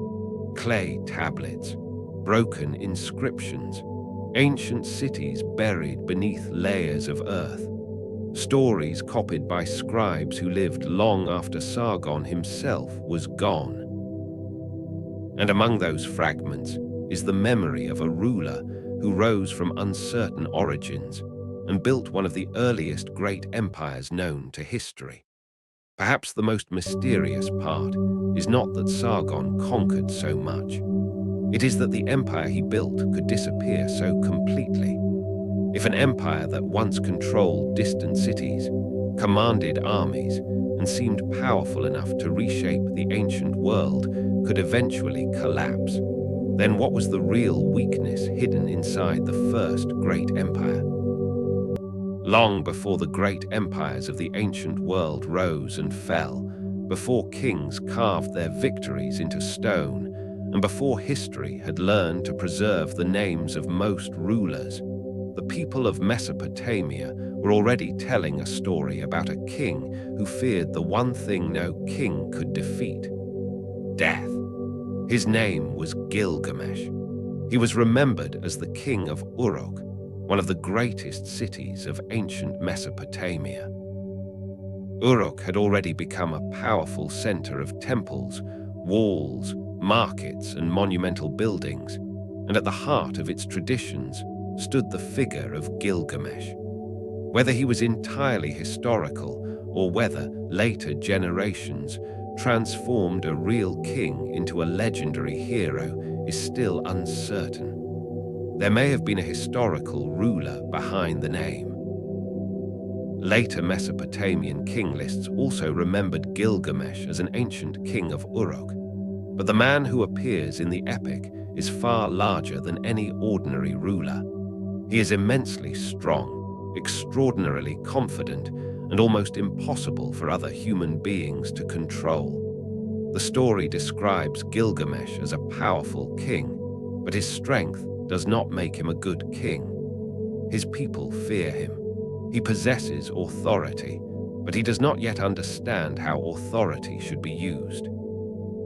He seems to believe that being stronger than everyone else gives him the right to do whatever he wants. The people of Uruk become exhausted by his behavior, and they appeal to the gods. The gods hear their complaints, and instead of simply destroying Gilgamesh, they create someone who might be able to stand against him. His name is Enkidu. Enkidu begins his life far away from the walls of Uruk. He is not raised among kings, priests, or merchants. He lives among wild animals, running across the open land and sharing their existence. He knows the world of nature rather than the world of cities. He does not understand human society, written records, or royal power. In many ways, Enkidu represents something that Gilgamesh has lost.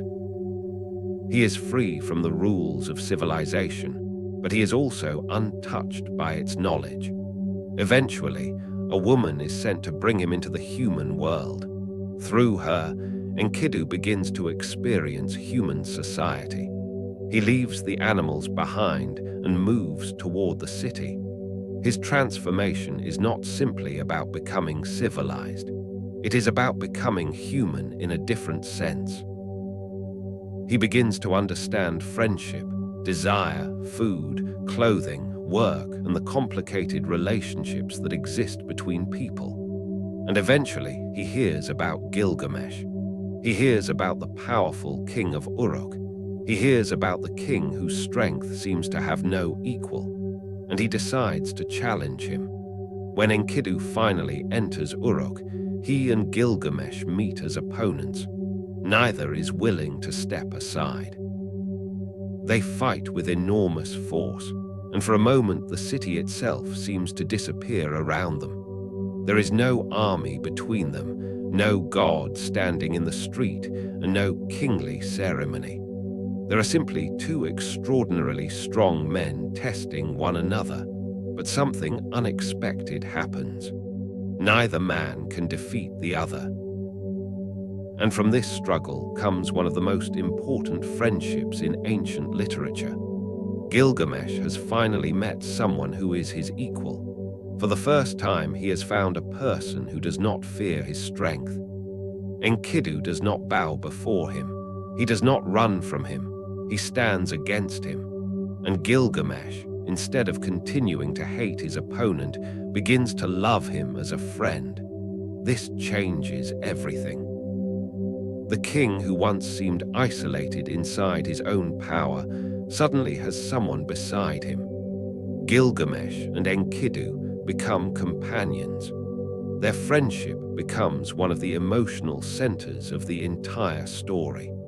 They laugh together, argue together, and dream of achieving something that will make their names remembered forever. Because Gilgamesh has another fear, even before death becomes the central concern of his life. He fears being forgotten. A king can build walls. A king can conquer cities. A king can command armies. But what happens after the king dies? If no one remembers him, what remains? Gilgamesh wants his name to survive, so he and Enkidu decide to seek an adventure worthy of legend. Their eyes turn toward the cedar forest. The forest lies beyond the familiar world of Uruk, a distant and mysterious place associated with enormous trees and divine protection. Guarding it is Humbaba, a terrifying creature appointed by the gods to protect the forest. For Gilgamesh and Enkidu, the journey is dangerous, but it is also an opportunity. If they can defeat Humbaba, their names will be remembered. They travel toward the forest. As they approach, the world around them seems to change. The familiar landscape of Uruk becomes distant. The journey takes them away from the safety of walls and into a place where human authority has little meaning. The cedar forest is not simply another geographical location. It represents the unknown. It is a place beyond the ordinary boundaries of human civilization, and waiting within it is Humbaba. The two friends eventually confront him. Humbaba is not described as an ordinary enemy. He is a terrifying guardian associated with the power of the gods. His presence makes the forest itself seem dangerous. Gilgamesh is afraid, but Enkidu encourages him. They fight, and eventually Humbaba is defeated. The victory should have been the moment when Gilgamesh feels stronger than ever, but the consequences are more complicated. By killing the guardian of the cedar forest, Gilgamesh and Enkidu have crossed a boundary. They have entered a realm protected by divine power and killed a being connected to the gods. Their victory, therefore, contains the beginning of danger. The gods are watching, and Gilgamesh still does not understand how fragile his position really is. When the two friends return to Uruk, their fame grows. Gilgamesh is celebrated as a great hero, but another powerful figure becomes interested in him.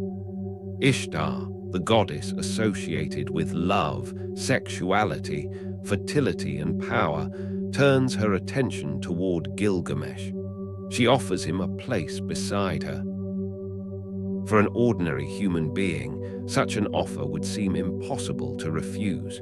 But Gilgamesh refuses, and he does something even more dangerous.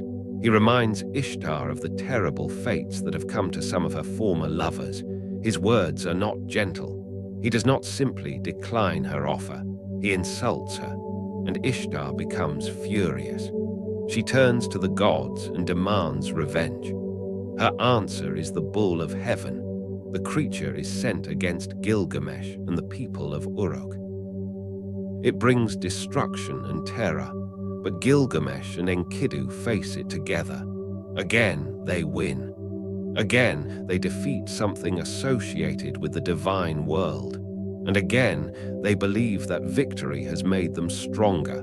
But the gods have begun to lose patience. The two friends have crossed too many boundaries. Humbaba is dead. The bull of heaven is dead. And now the gods decide that one of the two must pay. Enkidu becomes the one chosen. He falls ill. At first, there may still be hope. But gradually, Enkidu realizes that he is going to die. This is the moment when the story changes completely. Until now, Gilgamesh has been a king seeking glory. He has been a hero looking for adventure. He has been a powerful man who believes that strength can overcome almost anything. But now his closest friend is dying. And Gilgamesh cannot fight death. He cannot challenge it with a sword. He cannot defeat it with physical strength. He cannot command it as he commands his soldiers. He cannot build a wall high enough to keep it away. Enkidu dies, and Gilgamesh is devastated. The man who once seemed almost invincible is suddenly helpless. He mourns his friend with a grief that is unlike anything he has experienced before. The epic spends time with this grief because it is the moment when Gilgamesh finally understands that strength cannot protect the people he loves. And something else becomes clear. If Enkidu can die, then Gilgamesh can die too. For the first time, the king truly understands his own mortality. Death is no longer an idea. It is no longer something that happens to distant people. It has taken the person closest to him. Gilgamesh begins to fear what will happen when his own time comes. He looks at his body. He thinks about his power. He thinks about the walls of Uruk. He thinks about everything he has achieved. And suddenly, none of it seems enough. He does not want to die. He does not want his name to disappear. He does not want to enter the same darkness that has taken Enkidu. So Gilgamesh leaves Uruk. The king begins a journey not for conquest, not for treasure, and not for glory. He begins a journey to escape death. He travels through unfamiliar lands, searching for someone who might know the secret of immortality. His journey takes him toward Utnapishtim, a mysterious figure who lives beyond the ordinary world of human beings. But before Gilgamesh can reach him, he must travel through places that seem almost outside the boundaries of human existence. He crosses dangerous landscapes and reaches the mountains associated with the ends of the earth. He encounters creatures and guardians who mark the boundaries between the familiar world and the unknown. The farther he travels, the less his royal identity seems to matter. In Uruk, Gilgamesh is a king.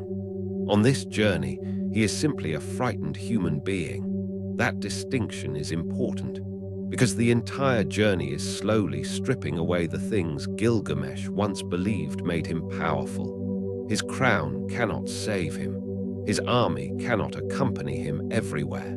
His wealth cannot buy immortality. His strength cannot defeat death. His reputation cannot change the nature of life. Eventually, Gilgamesh reaches Utnapishtim, and Utnapishtim has a story of his own. Long before Gilgamesh arrived, the gods had decided to send a great flood against humanity. One of the gods, Enki, warned Utnapishtim of what was coming. Utnapishtim was instructed to build a huge vessel and bring aboard his family, craftsmen, animals, and the necessary provisions for survival. The flood came. Water covered the land. The world as people knew it disappeared beneath the floodwaters. For days, the vessel remained upon the water while the storm continued. Eventually, the waters began to fall. Utnapishtim released birds to discover whether the land had become visible again. Finally, the vessel came to rest. Life could begin again.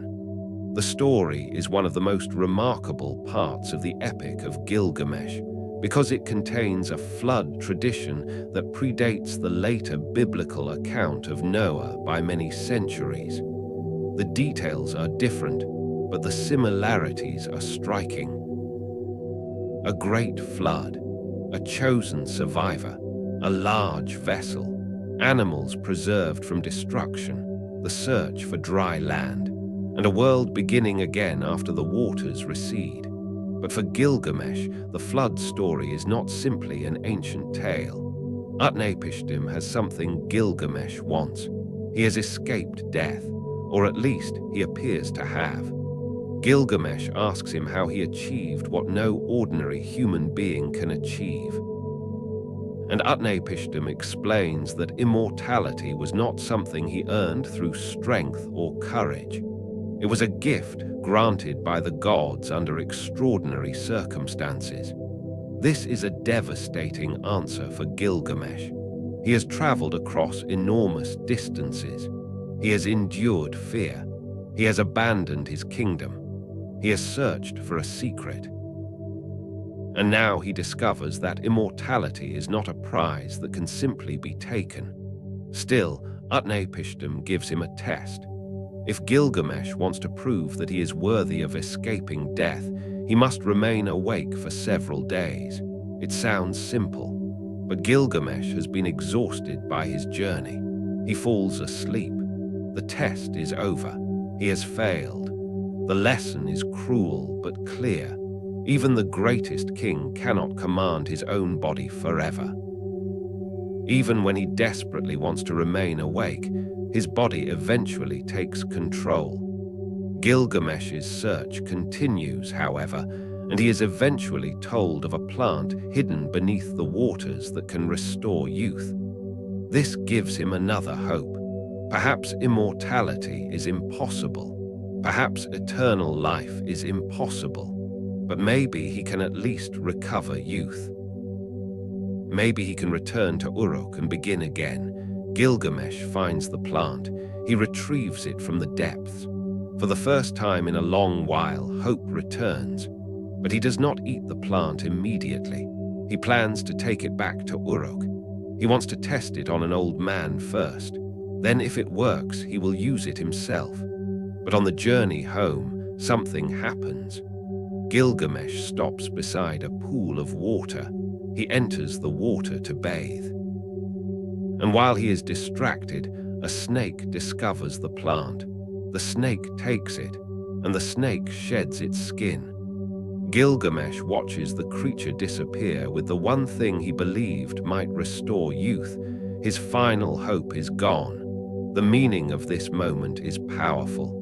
Gilgamesh has traveled farther than almost anyone. He has defeated monsters. He has fought alongside the strongest companion he ever knew. He has challenged divine beings. He has crossed dangerous lands. He has spoken to a survivor of the Great Flood. He has searched for immortality, and still he cannot escape the human condition. The plant does not belong to him. Youth does not belong to him. Life itself does not belong to him. Eventually, he must return to Uruk, but the man who returns is not the same man who left. At the beginning of the story, Gilgamesh wanted his name to become immortal through great deeds. He believed that glory could protect him from being forgotten. He believed that strength could define him. By the end, he understands something different. He cannot live forever, but he can build something that lasts. He can return to Uruk and look at its walls. The walls are physical. They were built by human hands. They will eventually decay, be repaired, and perhaps be destroyed. But they represent something important.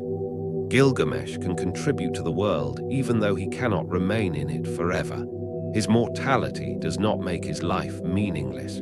It makes his actions meaningful. This is perhaps the deepest lesson of the epic. Gilgamesh begins by trying to defeat death. He ends by learning how to live with the knowledge that death cannot be defeated. The difference is enormous. At first, he wants immortality because he is afraid of disappearing. Later, he understands that being human means accepting limits. His friendship with Enkidu taught him love. Enkidu's death taught him grief. His journey taught him humility. Utnapishtim taught him that immortality cannot simply be taken. The lost plant taught him that even youth cannot be permanently possessed. And Uruk teaches him where his real legacy lies, not in living forever, but in what he leaves behind. The story of Gilgamesh is therefore not simply an adventure about monsters, gods, and ancient kings. It is a story about the moment when a powerful human being realizes that he is human.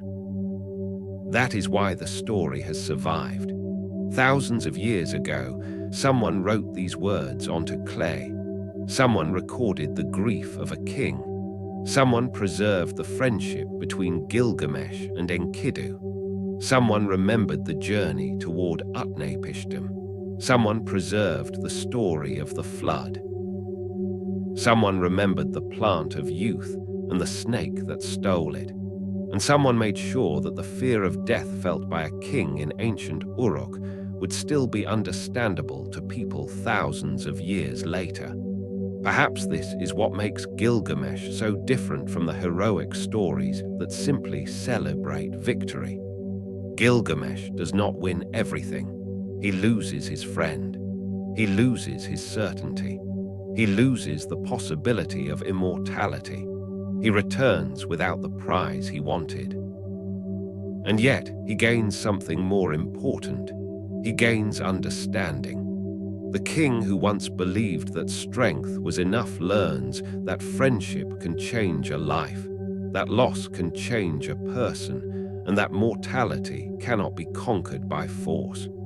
He learns that every human life has an ending. But he also learns that an ending does not erase everything that came before it.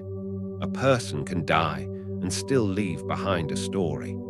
A king can disappear and still leave behind a city. A friendship can end and still transform the person who survived it. And a human being can be mortal while still creating something that outlives them. Perhaps this is why the story of Gilgamesh still feels strangely close to us. We may no longer live behind the walls of Uruk. We may no longer worship the gods of ancient Mesopotamia. We may no longer travel through the cedar forest or search the waters for a plant of youth. But we still fear losing the people we love. We still wonder what happens after death. We still wish that time could slow down. We still hope that something of us will remain after we are gone.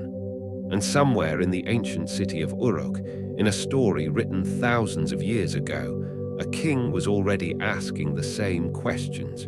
He had everything a human being could possibly possess: power, strength, fame, a great city, a loyal companion. And still, none of it could answer the one question that followed him into the darkness.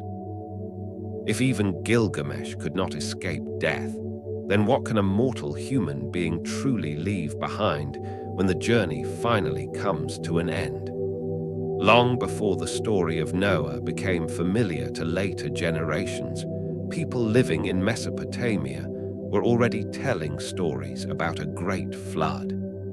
These stories were not preserved in a single form. They appeared in different texts, at different times, and in different languages, but they shared a haunting idea.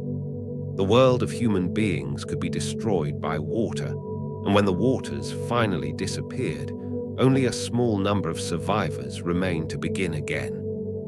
In the previous chapter, we followed Gilgamesh to the distant figure of Utnapishtim, the man who had survived a catastrophic flood and been granted a life beyond ordinary human limits.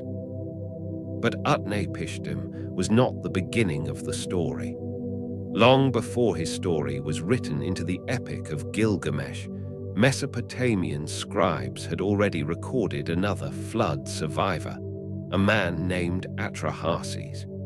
And behind both stories lies a mystery that has remained with us for thousands of years. Was the Great Flood simply a myth created to explain the destruction of the world, or could these ancient stories have preserved the distant memory of a real catastrophe? To understand the mystery, we have to return to the world between the rivers. Mesopotamia was a land created by water. The Tigris and Euphrates made agriculture possible, carrying life across an otherwise difficult landscape. Fields depended on irrigation. Cities depended on canals. Farmers watched the rivers carefully because the difference between enough water and too much water could determine whether a community survived. Water was therefore both a gift and a threat. The same rivers that allowed cities to grow could suddenly rise beyond their normal boundaries. A flood did not need to cover the entire world to feel like the end of the world to the people caught inside it. For a farming community surrounded by flat land, where there were few mountains to escape toward, a massive flood could erase fields, destroy homes, drown animals, and leave behind nothing but mud. One of the oldest major Mesopotamian flood traditions appears in the story of Atrahasis. The story begins long before the flood itself. The gods have created human beings, but the relationship between gods and humans is not peaceful. Humanity grows in number, and according to the story, the noise of human beings eventually becomes unbearable to the gods. The gods decide that something must be done. One of the most powerful decisions is made. Humanity will be destroyed by a great flood. But one god does not agree with the plan. Enki, the god associated with wisdom and the deep waters, decides to warn Atrahasis. He cannot openly tell the human being what is happening because the gods have made their decision. Instead, the warning is delivered indirectly. Atrahasis is instructed to build a vessel. He is told to abandon his possessions, gather what is necessary for survival, and prepare for the coming disaster. The image is familiar, but its age is remarkable. A human being receives a warning that destruction is coming. He builds a large vessel. He gathers people and living creatures. The surrounding world does not yet understand what is happening. Then the storm arrives. The flood story in Atrahasis is not simply a description of rain. It is presented as a cosmic event. The gods unleash forces capable of overwhelming the human world. Water covers the land, and the ordinary structures of civilization disappear beneath it. The people who had lived in cities, worked in fields, and built temples are suddenly helpless before the flood. Their houses cannot protect them. Their wealth cannot protect them. Their political power cannot protect them. The flood makes everyone equal. Atrahasis survives because he was warned. When the waters eventually recede, the world is transformed. The survivors leave the vessel and begin to rebuild. The story does not simply end with survival. It asks what happens to humanity after such a catastrophe. How can people continue living in a world that has been nearly destroyed? How should the relationship between humans and gods change? And what does survival mean when so many others have disappeared? Centuries later, another version of the flood story appears in the Epic of Gilgamesh. This time, the survivor is Utnapishtim. Gilgamesh has traveled to him because he wants to discover how a mortal human being escaped death. Utnapishtim explains that long before Gilgamesh was born, the gods decided to destroy humanity with a flood. Enki, once again acting through wisdom, warns the chosen survivor. Utnapishtim builds a great vessel and gathers his family, craftsmen, animals, and provisions. The storm begins. The world disappears beneath the waters, and the vessel eventually comes to rest after the flood. The similarities between the two stories are striking. In both, the gods decide to send a devastating flood. In both, a chosen human receives a warning. In both, a large vessel is constructed. In both, living beings are brought aboard. In both, the flood destroys the surrounding world. And in both, the survivor eventually leaves the vessel and begins a new phase of human existence. Yet the stories are not identical. That difference is important. Ancient Mesopotamian literature was not a single fixed tradition. Stories changed as they were copied, adapted, and retold. Different cities had different traditions. Different periods emphasized different gods. Different scribes could reshape an older story for their own audience. A flood story could therefore survive while changing its details over time. This is one reason why it is dangerous to treat ancient myths as if they were modern historical reports. The people who wrote these stories were not trying to write archaeology textbooks. They were explaining their world through stories involving gods, divine decisions, and supernatural events. The purpose was often religious, philosophical, or cultural, rather than historical in the modern sense. But that does not mean that every detail was invented from nothing. This is where the mystery becomes more interesting. Could a real flood have inspired these stories? Mesopotamia experienced floods. There is no question about that. The rivers were unpredictable, and settlements along their banks were vulnerable. Archaeologists have discovered evidence of flooding at several ancient Mesopotamian sites.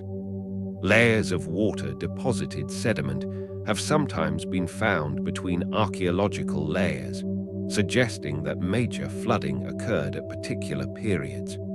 The difficulty is that these floods do not all belong to the same time, and they do not prove that a single enormous flood covered all of Mesopotamia, let alone the entire world. This distinction matters.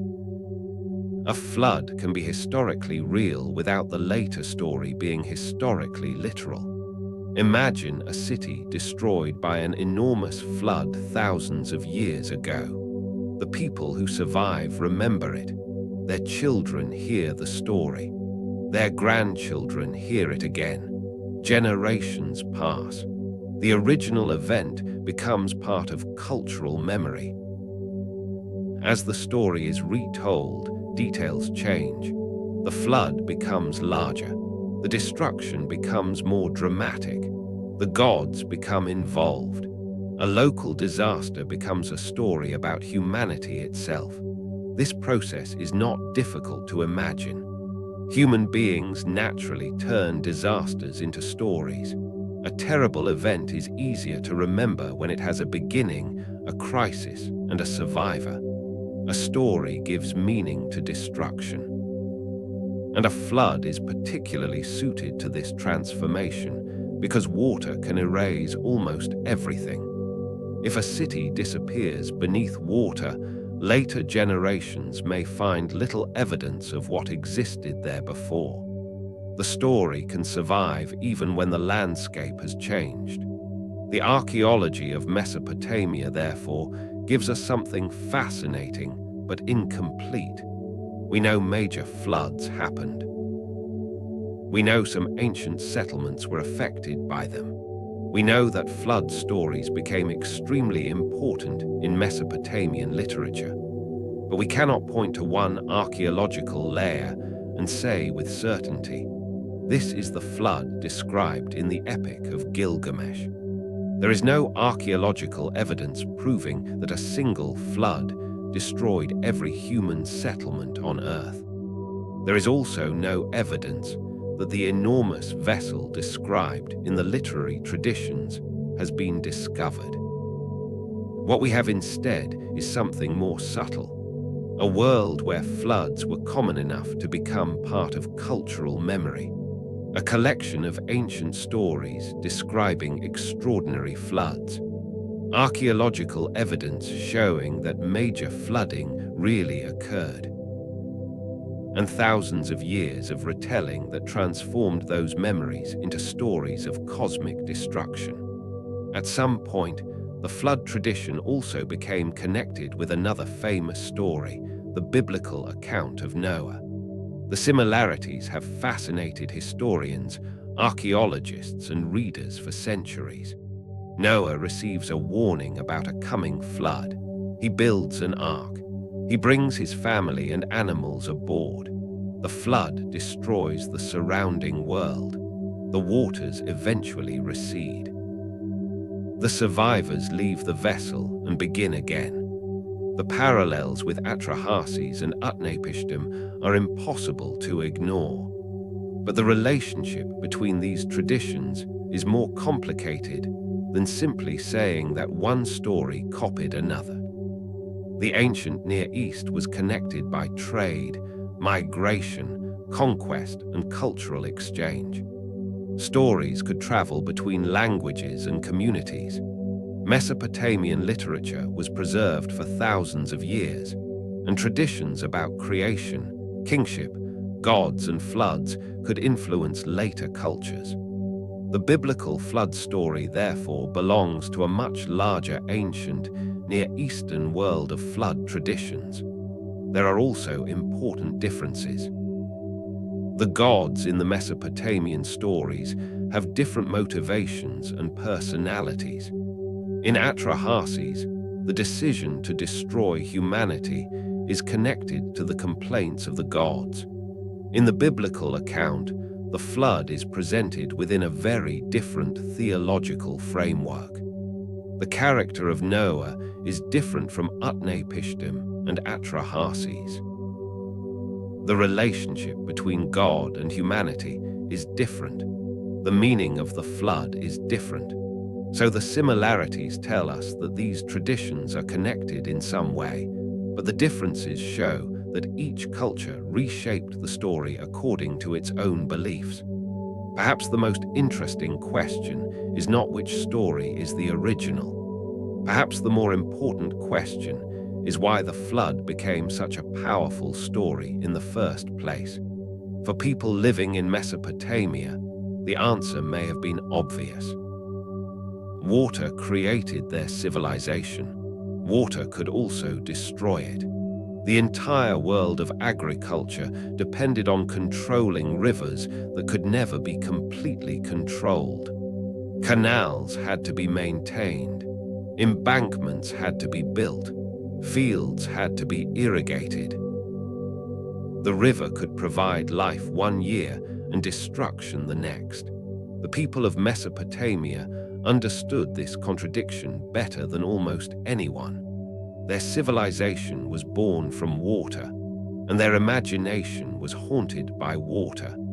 This may help explain why the flood appears repeatedly in Mesopotamian literature. But there is another mystery hidden inside these stories. What happened to all the other stories? We know about Atrahasis because a number of tablets survived. We know about Utnapishtim because scribes preserved the Epic of Gilgamesh. We know about some other myths because fragments were found in ancient libraries and temple collections. But these are only fragments of a much larger literary world. Thousands of tablets have been destroyed. Some were broken when cities were attacked. Some were washed away. Some were buried beneath collapsed buildings. Some were deliberately discarded. Some were reused. Some remain buried beneath the ground today, and many stories may have disappeared forever. Imagine the ancient libraries of Mesopotamia, shelves and rooms filled with tablets, stories copied by generations of scribes, hymns to gods whose names we barely recognize, tales of kings whose cities have disappeared. Legends that may once have been as famous to ancient people as the stories of Gilgamesh are to us. Most of those voices are gone. What we know is only what happened to survive. This creates a strange problem for historians. The ancient world we can reconstruct is not the entire ancient world. It is the surviving portion. Every archaeological discovery can change our understanding because another fragment may suddenly appear. A broken tablet can complete a sentence that has been incomplete for thousands of years. A few lines can reveal the name of a forgotten king. A fragment of a myth can show that a story we thought was unique actually belonged to a much larger tradition. This is why the ancient Near East still contains so many mysteries. The missing pieces are not necessarily hidden because someone deliberately concealed them. They are hidden because time destroys things. The people of Mesopotamia wrote on clay because clay was available and durable. But even clay cannot survive every disaster. Buildings collapse. Fires can break tablets. Water can erode them. Later civilizations can build over earlier cities. A tablet can remain buried for thousands of years, waiting for someone to find it, while another tablet may disappear forever. The stories that survived, therefore, give us a strange mixture of knowledge and silence. We know that Mesopotamian people told flood stories. We know they believed the gods could destroy humanity. We know they imagined chosen survivors. We know they told stories about a great vessel. We know that floods really happened in the region. But we do not know exactly what event, if any, lies behind the oldest version of the tradition. Maybe there was one catastrophic flood that became the foundation of the story. Maybe several different floods were gradually combined into one great narrative. Maybe the flood traditions were created independently because flooding was such a powerful reality in Mesopotamia. Or perhaps the truth lies somewhere between these possibilities. A real disaster may have inspired the earliest memories, while generations of storytellers transformed those memories into something much larger. This is often how history and myth meet. History provides an event. Memory preserves it. Storytelling transforms it. Religion gives it meaning. And eventually, literature preserves the final form. The result is neither pure history nor pure invention. It becomes something in between, a cultural memory. That possibility makes the flood stories especially fascinating. We do not have to believe that every detail happened exactly as described to recognize that the stories may contain echoes of real experiences. A community could have watched the river rise beyond anything they had seen before. People could have fled to higher ground. Homes could have disappeared. Fields could have been covered in water. Families could have lost everything. Survivors could have told their children what happened. And eventually, someone could have turned those memories into a story about the destruction of the human world. The flood then becomes more than water. It becomes a symbol of the fragility of civilization. The cities of Mesopotamia were enormous achievements for their time. They had temples, walls, markets, irrigation systems, writing and organized governments. Beneath all of that complexity was a simple truth. Civilization was fragile. A flood could destroy a village. A drought could weaken a kingdom. A war could empty a city. A change in the river could force people to abandon their homes. The people who built the first cities understood that civilization was not permanent. Perhaps that is why the flood stories feel so powerful. They describe the moment when everything humans have built disappears. The temples vanish. The houses vanish. The fields vanish. The roads vanish. The political order vanishes, and only a handful of survivors remain. Then, slowly, the world begins again. This pattern can be found in many cultures, but in Mesopotamia it emerged from a landscape where water was always present. The flood also connects directly to the story of Gilgamesh. Gilgamesh begins his journey wanting to escape death and eventually meets Utnapishtim, the one human who was granted a life beyond ordinary mortality. But Utnapishtim's story teaches Gilgamesh something uncomfortable. He did not become immortal because he defeated death. He became different because the gods chose him after the flood. Gilgamesh cannot repeat that experience. The flood survivor's story, therefore, becomes part of Gilgamesh's lesson. The world can be destroyed. Human beings can survive, but no individual can simply demand immortality. Even Utnapishtim's extraordinary existence is presented as an exception. Gilgamesh must return to his own human life. And perhaps that is why the flood story sits so naturally inside the epic of Gilgamesh. The flood represents the destruction of an entire generation, while Gilgamesh represents the struggle of one individual against his own mortality.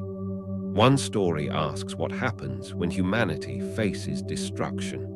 The other asks what happens when one human being faces death. Both lead to the same realization. Human beings cannot control everything. The ancient Mesopotamians lived with this reality every day. They could build canals, but they could not control every flood. They could build walls, but they could not prevent every war. They could write records, but they could not preserve every memory. They could build temples, but they could not command the gods. They could tell stories, but they could not know whether the stories would survive. And yet they kept building, they kept writing, they kept telling stories, they kept recording the past. Perhaps this is the deepest connection between the flood stories and the lost stories of Mesopotamia.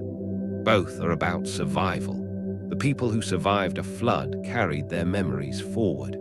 The stories that survived thousands of years carried the memories of their creators forward. In both cases, something fragile escaped destruction. A human being escaped the water. A story escaped time. And perhaps somewhere beneath the earth of Mesopotamia, another story is still waiting to be found. A tablet may still lie beneath the ruins of a forgotten city, containing the name of a king we have never heard of, a god whose story has vanished from memory, or a version of the flood that changes everything we think we know.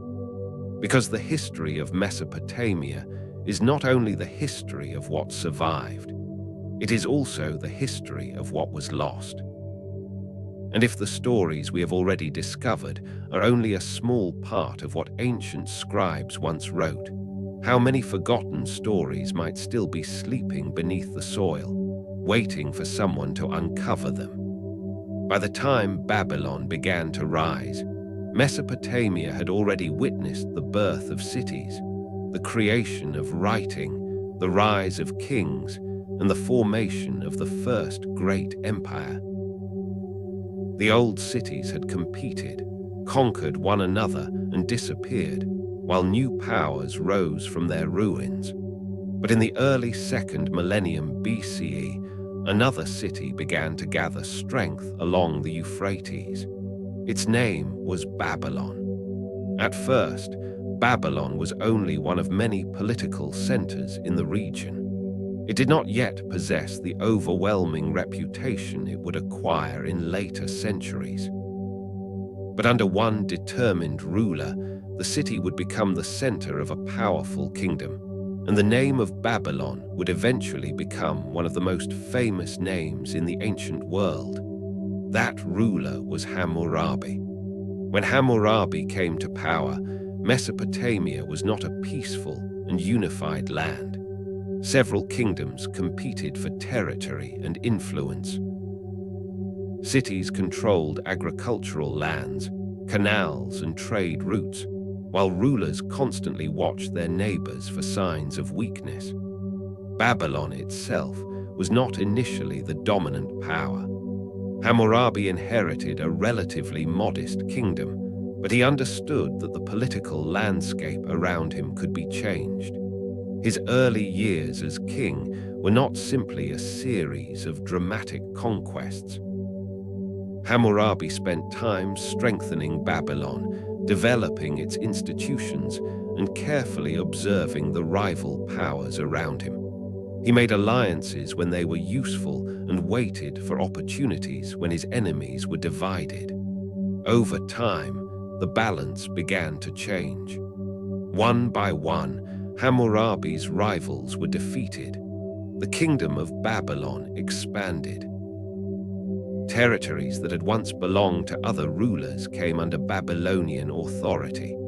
Cities that had previously been independent became part of a larger political system. And as Babylon's territory grew, Hammurabi faced the same problem that had confronted Sargon centuries earlier. Conquest could create an empire or kingdom, but conquest alone could not hold it together. A larger kingdom meant more farmers, more merchants, more craftsmen, more soldiers, and more disputes. It meant more fields that needed irrigation, more canals that needed maintenance, and more transactions that needed to be regulated. It also meant that people who had once lived under different rulers now had to live under the authority of Babylon. A growing state needed rules. And Hammurabi became famous for creating some of the most detailed written laws that have survived from the ancient world. The laws of Hammurabi were carved into a large stone monument. At the top, Hammurabi is represented before the god Shamash, the god associated with justice. The image itself carries an important message. Hammurabi was not presenting the laws as simple personal decisions. He was presenting himself as a ruler who had received authority to establish justice. Below the image, hundreds of legal provisions were recorded. They dealt with subjects that may seem surprisingly familiar: property, trade, debt, marriage, divorce, inheritance, agriculture, wages, construction, theft, assault, business agreements, damage to crops, responsibility for professional mistakes. The laws reveal something remarkable about Babylonian society. Daily life had become complicated enough that disputes could arise in almost every area of human activity. A farmer could have a disagreement with a neighbor over irrigation. A merchant could have a dispute over a loan. A builder could be held responsible if a poorly constructed house collapsed. A husband and wife could face legal questions about property and divorce. An owner could argue over the loss of an animal. The law attempted to create a framework for all of these situations, but the famous phrase associated with Hammurabi's laws is probably the one most people remember: an eye for an eye. The principle of proportional punishment appears in several laws, but the system was more complicated than the simple phrase suggests. Punishments depended on the circumstances of the crime and, importantly, on the social status of the people involved. Babylonian society was not based on equality in the modern sense. There were different social groups. Free people could possess property and participate in economic life in ways that differed from enslaved people. Wealth and social position affected legal treatment. A punishment considered appropriate for one person could be different for another. This is one of the most important things to understand when reading the laws of Hammurabi. They were not written as a declaration that every human being possessed identical legal rights. They were designed to maintain order within a hierarchical society. The law recognized differences between social classes and often reflected those differences. At the same time, the very existence of detailed written rules tells us something important. Hammurabi's government understood that people needed predictable rules for economic and social life. The laws attempted to define what should happen when agreements were broken, when property was damaged, or when someone caused harm to another person. In some cases, the punishment was severe. In others, compensation was required. A person might have to repay the value of damaged property. A worker might receive a specified wage. A merchant could be held responsible for certain transactions. A farmer could face consequences for failing to maintain irrigation works properly. The laws, therefore, tell us not only about crime and punishment, but about the structure of Babylonian society itself. Consider agriculture. Babylon's wealth depended heavily on the land surrounding the Euphrates and on an enormous network of canals. Without irrigation, large areas of southern Mesopotamia could not produce reliable harvests. But canals also created shared responsibilities. Water moving through one farmer's land could affect another farmer's field. If an embankment failed and water flooded neighboring crops, the damage could spread quickly. The law therefore addressed responsibilities connected to irrigation and agriculture. This reveals something easy to overlook. The Babylonian state was not simply controlling people. It was trying to control systems: water, land, trade, labor, property. These systems were interconnected, and a failure in one could affect thousands of people. The same was true of trade. Babylon existed within a much larger commercial world. Merchants moved goods across Mesopotamia and beyond. Silver could be used in transactions. Grain could be borrowed. Loans could be made with interest. Goods could be transporting between cities. But trade creates risk. What happens if someone borrows grain and cannot repay it? What happens if a merchant entrusts goods to another person? What happens if an agreement is broken? What happens if a debt continues to grow? The laws attempted to establish answers. They could not eliminate conflict, but they could define what the government expected people to do. Debt was particularly important because borrowing was a normal part of the ancient economy. Farmers could need grain before harvest. Merchants could need capital to finance trade. Families could become indebted for different reasons. This created the possibility of severe hardship. The laws placed some restrictions on how certain debts could be handled, but Babylonian society still contained significant economic inequality. Debt could affect families, property, and personal freedom. In some circumstances, people could become dependent on others because of what they owed.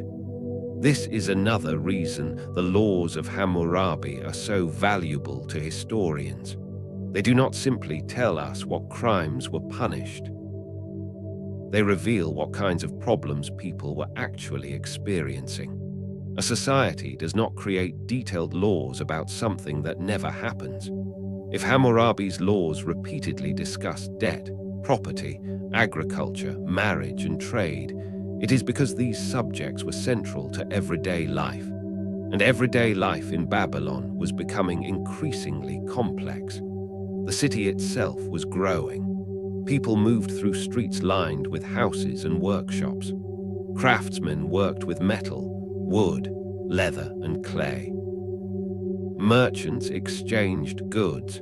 Farmers brought produce into the city. Priests served the temples.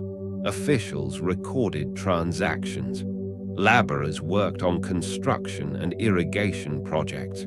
The city was not simply a collection of buildings. It was a living network. At its center stood temples and institutions that controlled enormous resources. Religion and government were deeply connected. The gods were believed to influence the prosperity of the city, while the king presented himself as the protector of the people and the servant of divine order. Babylon's most important deity was Marduk. During Hammurabi's time, Marduk was becoming increasingly important, and Babylon's political rise was closely connected to the growing prestige of its patron god. This connection between city and deity was characteristic of Mesopotamia. A city did not simply belong to its inhabitants.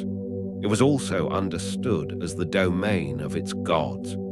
The temple was therefore both a religious institution and an economic center. It could control land, employ workers, receive offerings, and participate in the redistribution of resources. The palace had its own economic power. Together, these institutions formed a system capable of organizing large populations, and Hammurabi stood at the center of it. His authority depended on more than soldiers. He needed officials. He needed scribes. He needed tax collectors.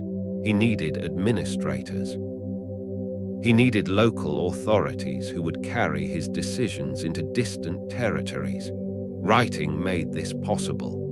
The same invention that had once been used to record simple quantities of grain had now become a tool of government. A legal decision could be written down. A contract could be recorded. A loan could be documented. A property transfer could be preserved. A royal order could be sent to another city. The written word had become part of the machinery of the state, and this raises an extraordinary question. How did a civilization that had begun with simple marks on clay eventually create a legal system detailed enough to regulate almost every part of daily life? The answer lies in the thousands of years between the first accounting tablets and Hammurabi's reign. Writing had gradually transformed from a method of counting into a way of preserving information. Scribes became specialists. Governments became larger. Economies became more complicated. As society grew more interconnected, written rules became increasingly useful. The law did not create the complexity. The complexity created the need for law. This becomes particularly interesting when we look at marriage and family life. The laws of Hammurabi contain provisions concerning marriage, divorce, inheritance, and property. Marriage was not simply a private relationship between two individuals. It had economic consequences. Property could be transferred. Children could inherit. Families could enter agreements. Women in Babylonian society lived within a patriarchal system, but the legal texts show that women could possess certain property rights, receive dowries, and participate in legal and economic transactions.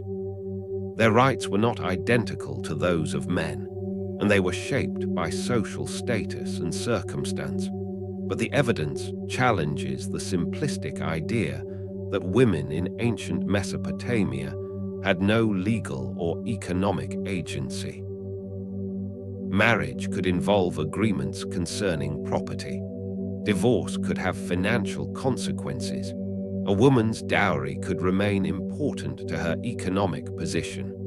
Inheritance could determine the future of an entire family. Again, the law reveals how deeply economic concerns were connected to ordinary relationships.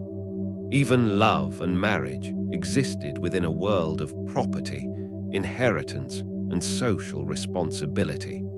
The laws also tell us something about professional life. A builder, for example, could be held responsible for the consequences of a badly constructed building. If a house collapsed and caused death, the punishment could be extremely severe. To a modern reader, such laws may seem shocking, but they reveal an important principle. Responsibility was attached to professional skill. If someone was trusted with an important task, the law could hold that person accountable for failure. This idea may sound familiar today. Contracts, professional responsibility, and compensation all have ancient roots. The Babylonian legal system was not modern, but it demonstrates that people living thousands of years ago faced many of the same practical problems that human societies continue to face. How much should someone be paid? Who owns a piece of land? What happens when a debt cannot be repaid? Who is responsible when property is damaged? What happens when a marriage ends? What should happen when someone causes harm? These are not uniquely modern questions. They are human questions. And Hammurabi's laws preserve some of the earliest detailed answers we have. But there is another side to Babylon that is easier to forget when we focus on laws. The city was also a place of wealth. Its position along the Euphrates connected it to agricultural lands and trade routes. Grain, Dates and other agricultural products moved through the region. Craftsmen produced goods for local consumption and wider trade. Merchants connected Babylon with distant communities. The city was becoming an important center of political and economic life. Yet Babylon's later reputation would become even larger than the city itself. Centuries after Hammurabi, Babylon would become associated with enormous walls, monumental temples, and legendary wealth. Later traditions would transform the city into a symbol of grandeur and excess. The biblical world would remember Babylon with a mixture of fear and fascination. Greek writers would describe its extraordinary monuments. Later generations would imagine Babylon as one of the greatest cities ever built. But Hammurabi's Babylon was not yet the Babylon of those later legends. This distinction is important. When we imagine Babylon today, we often picture the later Neo-Babylonian city associated with Nebuchadnezzar II, the Ishtar Gate, and the monumental architecture of the first millennium BCE. Hammurabi lived many centuries earlier. His Babylon was already important, but it was part of a different historical world. The city that would later become almost mythical was still growing. Hammurabi was building the foundations. His political success transformed Babylon from a regional kingdom into a major power. His laws gave his rule an enduring written identity. His administration strengthened the institutions of the state. But like every ruler before him, Hammurabi could not control what would happen after his death. The kingdom he built would face new challenges. Other powers would rise. Political control would weaken. Babylon would be conquered, restored, and conquered again. Its rulers would change. Its gods would gain or lose importance. Its streets would eventually fall silent. But the stone monument carrying Hammurabi's laws would survive. That is one of the great ironies of ancient history. The kingdom did not last forever.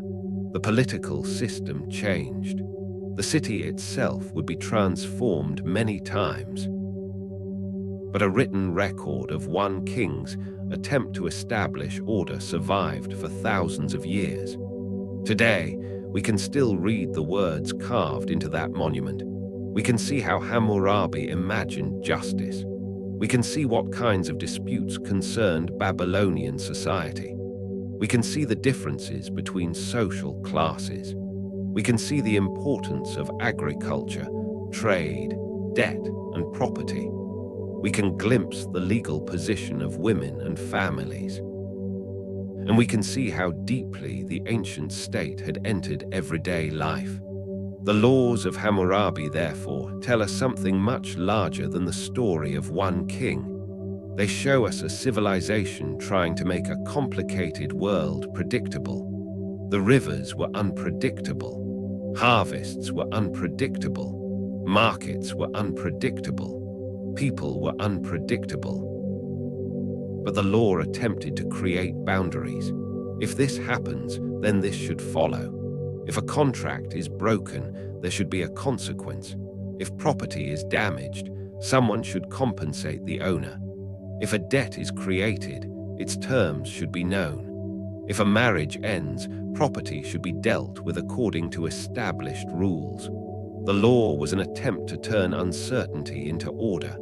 Perhaps that is why Hammurabi's monument feels surprisingly modern.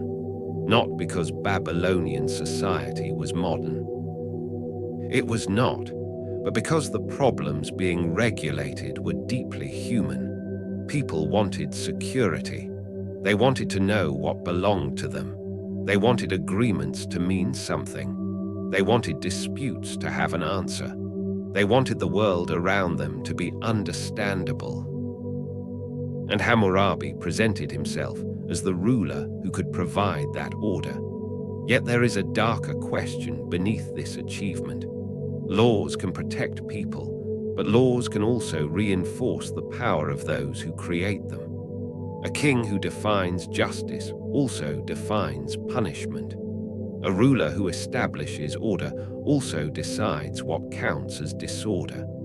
The people of Babylon therefore lived inside a system that could provide stability while maintaining a strict hierarchy. The same monument that speaks of justice also reminds us that justice in ancient Babylon was not the same thing as equality. The world was divided. Kings stood above ordinary people. Wealth mattered, status mattered, gender mattered, freedom mattered, and the law reflected those differences. This makes Hammurabi's Babylon neither a perfect civilization nor a primitive one. It was something more complicated. It was a society attempting to solve enormous problems with the tools available to it. It built canals because crops needed water. It developed writing because governments needed records. It created laws because complex societies needed rules.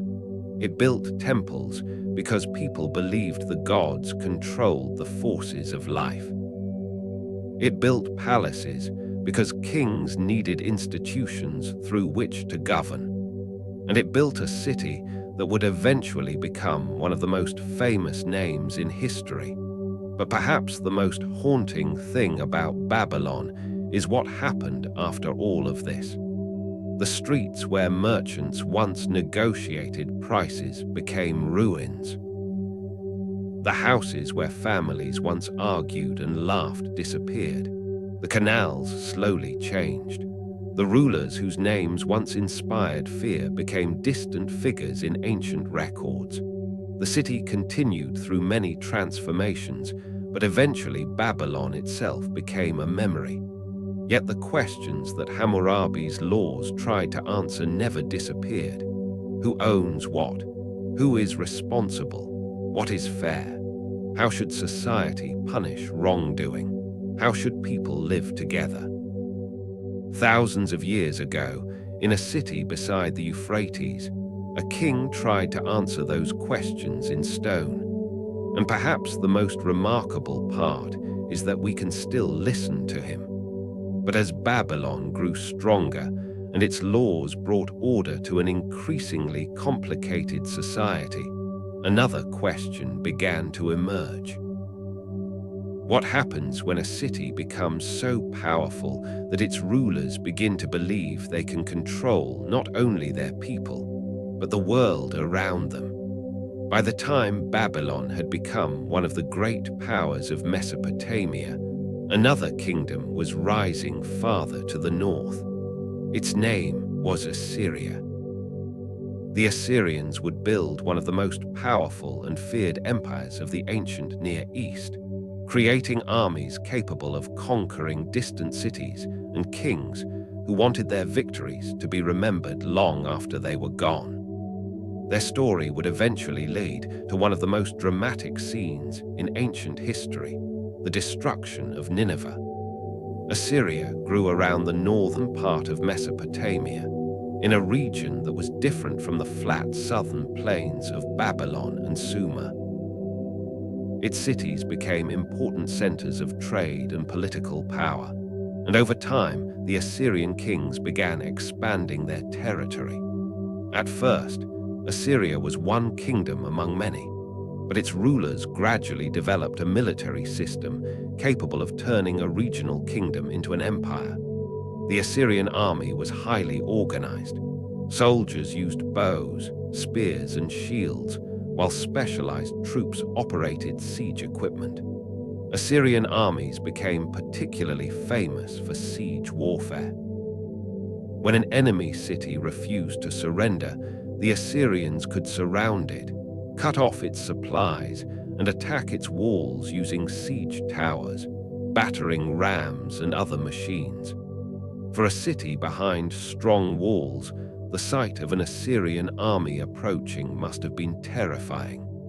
The Assyrian kings understood the power of fear. Their royal inscriptions and palace reliefs often described their victories in great detail.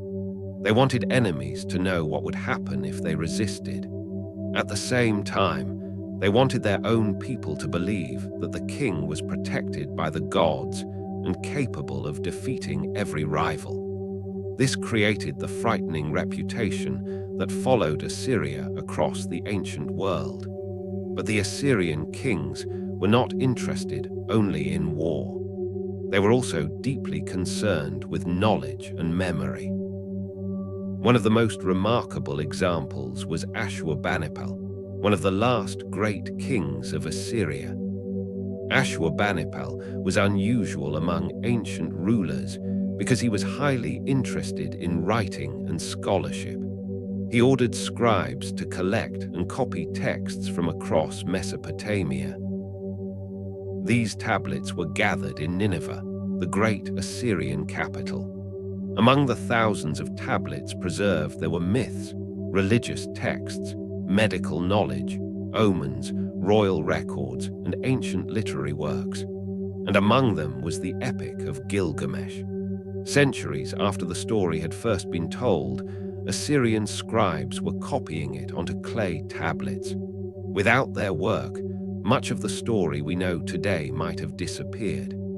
This is one of the strange patterns of Mesopotamian history.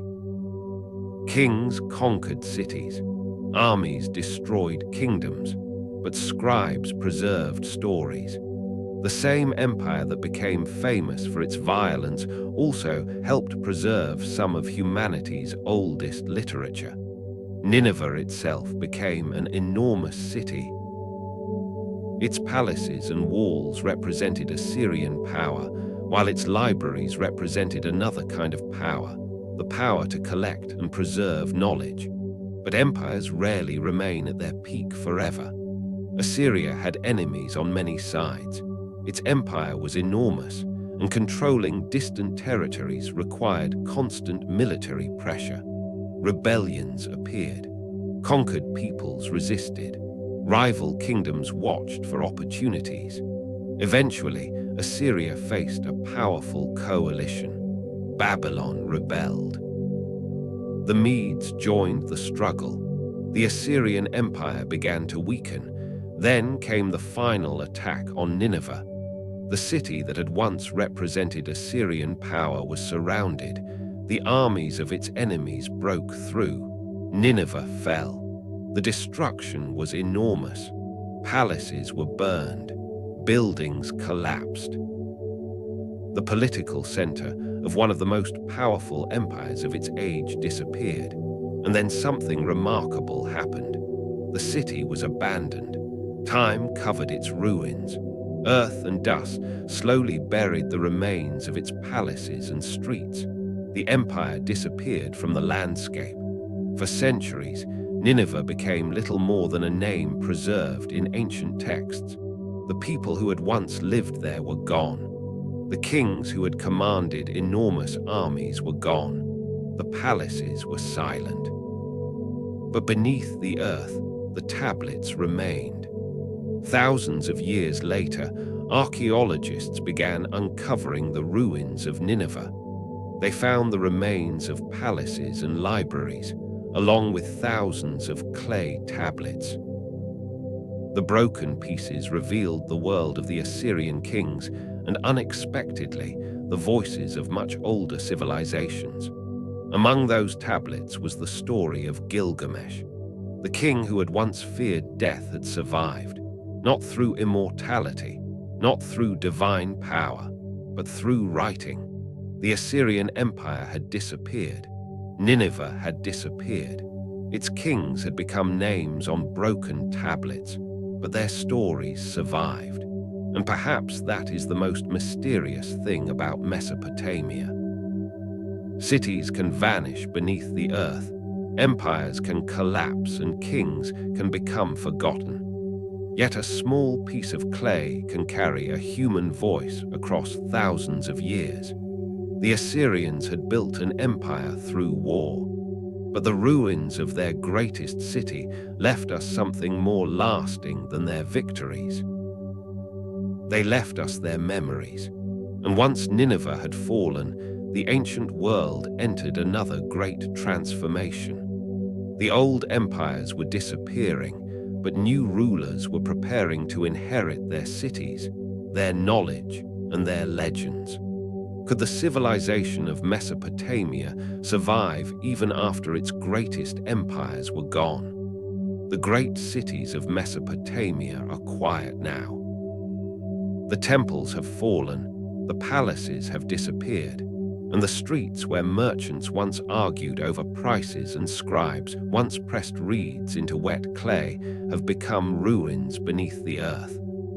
The rivers still flow through the landscape, but the people who once depended on every change in their waters have been gone for thousands of years.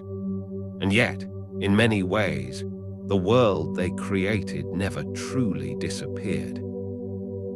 The people of Mesopotamia left behind ideas that continued long after their cities had fallen. Writing allowed governments to record information, preserve stories, and communicate across distance. Their legal traditions showed how complex societies could create rules for property, trade, marriage, and responsibility. Their cities became models for later civilizations, while their methods of mathematics, astronomy, and timekeeping continued to influence the ancient world. They watched the sky carefully. Night after night, they observed the movements of the moon and the planets. They recorded unusual events in the heavens and tried to understand what those movements might mean. They developed systems for measuring time and organizing calendars. Their observations were not modern astronomy, but they represented one of humanity's earliest sustained attempts to study the heavens systematically. They also developed mathematical systems that could be used for trade, agriculture, construction, and administration. Numbers helped them measure fields, calculate quantities, and organize resources. Even the way we divide time carries distant echoes of this ancient world. Their merchants traveled. Their goods moved between cities. Their scribes recorded transactions. Their stories crossed generations. And their myths continued long after the people who first told them had disappeared. Perhaps the most famous of those stories is the epic of Gilgamesh. Gilgamesh began as a king of an ancient city, became a legendary hero, and eventually became a voice for one of the oldest human questions we know. What does it mean to be mortal? Thousands of years later, we can still recognize something of ourselves in him. We still fear losing the people we love. We still wonder what remains after death. We still search for meaning in a life that we know will eventually end. And perhaps that is why Gilgamesh survived when so many other stories disappeared. But how did we find these voices again? For centuries, the ruins of Mesopotamia were largely silent. Cities that had once been enormous centers of civilization became mounds of earth. Their ancient names survived in scattered texts and traditions, but much of their history had been forgotten. Then archaeologists began to uncover them. Beneath layers of soil, they found walls, temples, sculptures, and thousands upon thousands of clay tablets. At first, many of those tablets could not be understood. The marks pressed into the clay belonged to writing systems that had been silent for more than 2,000 years. But gradually, scholars learned to read them. A broken tablet could suddenly become a letter. A list of grain could become evidence of an ancient economy. A royal inscription could reveal the name of a forgotten king. A religious text could preserve the words of people who had been dead for thousands of years. And a few fragments could reconnect us with an entire world. Yet every discovery also reminds us of how much has been lost. There were once countless stories. Most of them are gone. There were languages spoken by entire populations that we know only from fragments. Some tablets are too damaged to read completely. Others are missing their beginning or their ending. Some ancient names remain uncertain. Some cities are still waiting to reveal what lies beneath their ruins. And somewhere beneath the soil of the Near East, there may still be tablets containing stories no modern person has ever heard. That is why Mesopotamia remains mysterious. Not because we know nothing about it, but because we know just enough to understand how much we do not know. We can walk through the ruins of Uruk in our imagination. We can read the laws of Hammurabi. We can follow Gilgamesh through the ancient world. We can hear the voices of Assyrian scribes. We can study the remains of Babylon and Nineveh, but there are still countless silent spaces between the surviving pieces. The idea that Mesopotamia was simply the place where civilization began is also more complicated than it first appears. Civilization did not suddenly appear in one moment. It developed slowly. People settled. They learned to farm. They built villages. Villages became towns. Towns became cities. Writing developed. Governments became more complex. Trade expanded. Religious institutions grew. Kings appeared. And over thousands of years, these developments interacted with one another. Mesopotamia was one of the most important places where many of these transformations happened, but it was part of a much larger human story. The people who lived there were not simply the first humans to become civilized. They were human beings trying to solve the problems of their own time. They needed food. They needed water. They needed shelter. They needed ways to trade. They needed ways to settle disputes. They wanted to understand the gods. They wanted to understand the stars. They wanted to remember the dead. And they wanted their own stories to survive. That last desire may be the most familiar of all. Because when a Mesopotamian scribe pressed a reed into wet clay thousands of years ago, they were doing something remarkably similar to what we do today. They were leaving a message. Perhaps they did not know who would read it. Perhaps they imagined that someone in the future might see their words. Perhaps they simply wanted to remember something before it was forgotten. Either way, the message survived. Tonight, we have traveled through that ancient world. We have followed the rivers. We have entered the first cities. We have watched writing emerge from simple marks on clay. We have looked into the mysterious world of Mesopotamian gods. We have followed Sargon as he built an empire. We have walked beside Gilgamesh and Enkidu. We have listened to the ancient stories of the Great Flood. We have entered Babylon and seen the laws of Hammurabi. We have watched the armies of Assyria rise and Nineveh fall. And finally, we have stood among the ruins and listened to what remained. The rivers are still there. The earth is still there. The stars still appear above the ancient landscape at night, but the cities are silent. The voices of the kings are gone. The footsteps of the merchants are gone. The farmers who once watched the rivers have returned to the earth. The scribes who pressed their reeds into clay have been gone for thousands of years, and yet their words remain. Perhaps that is the quiet miracle of Mesopotamia.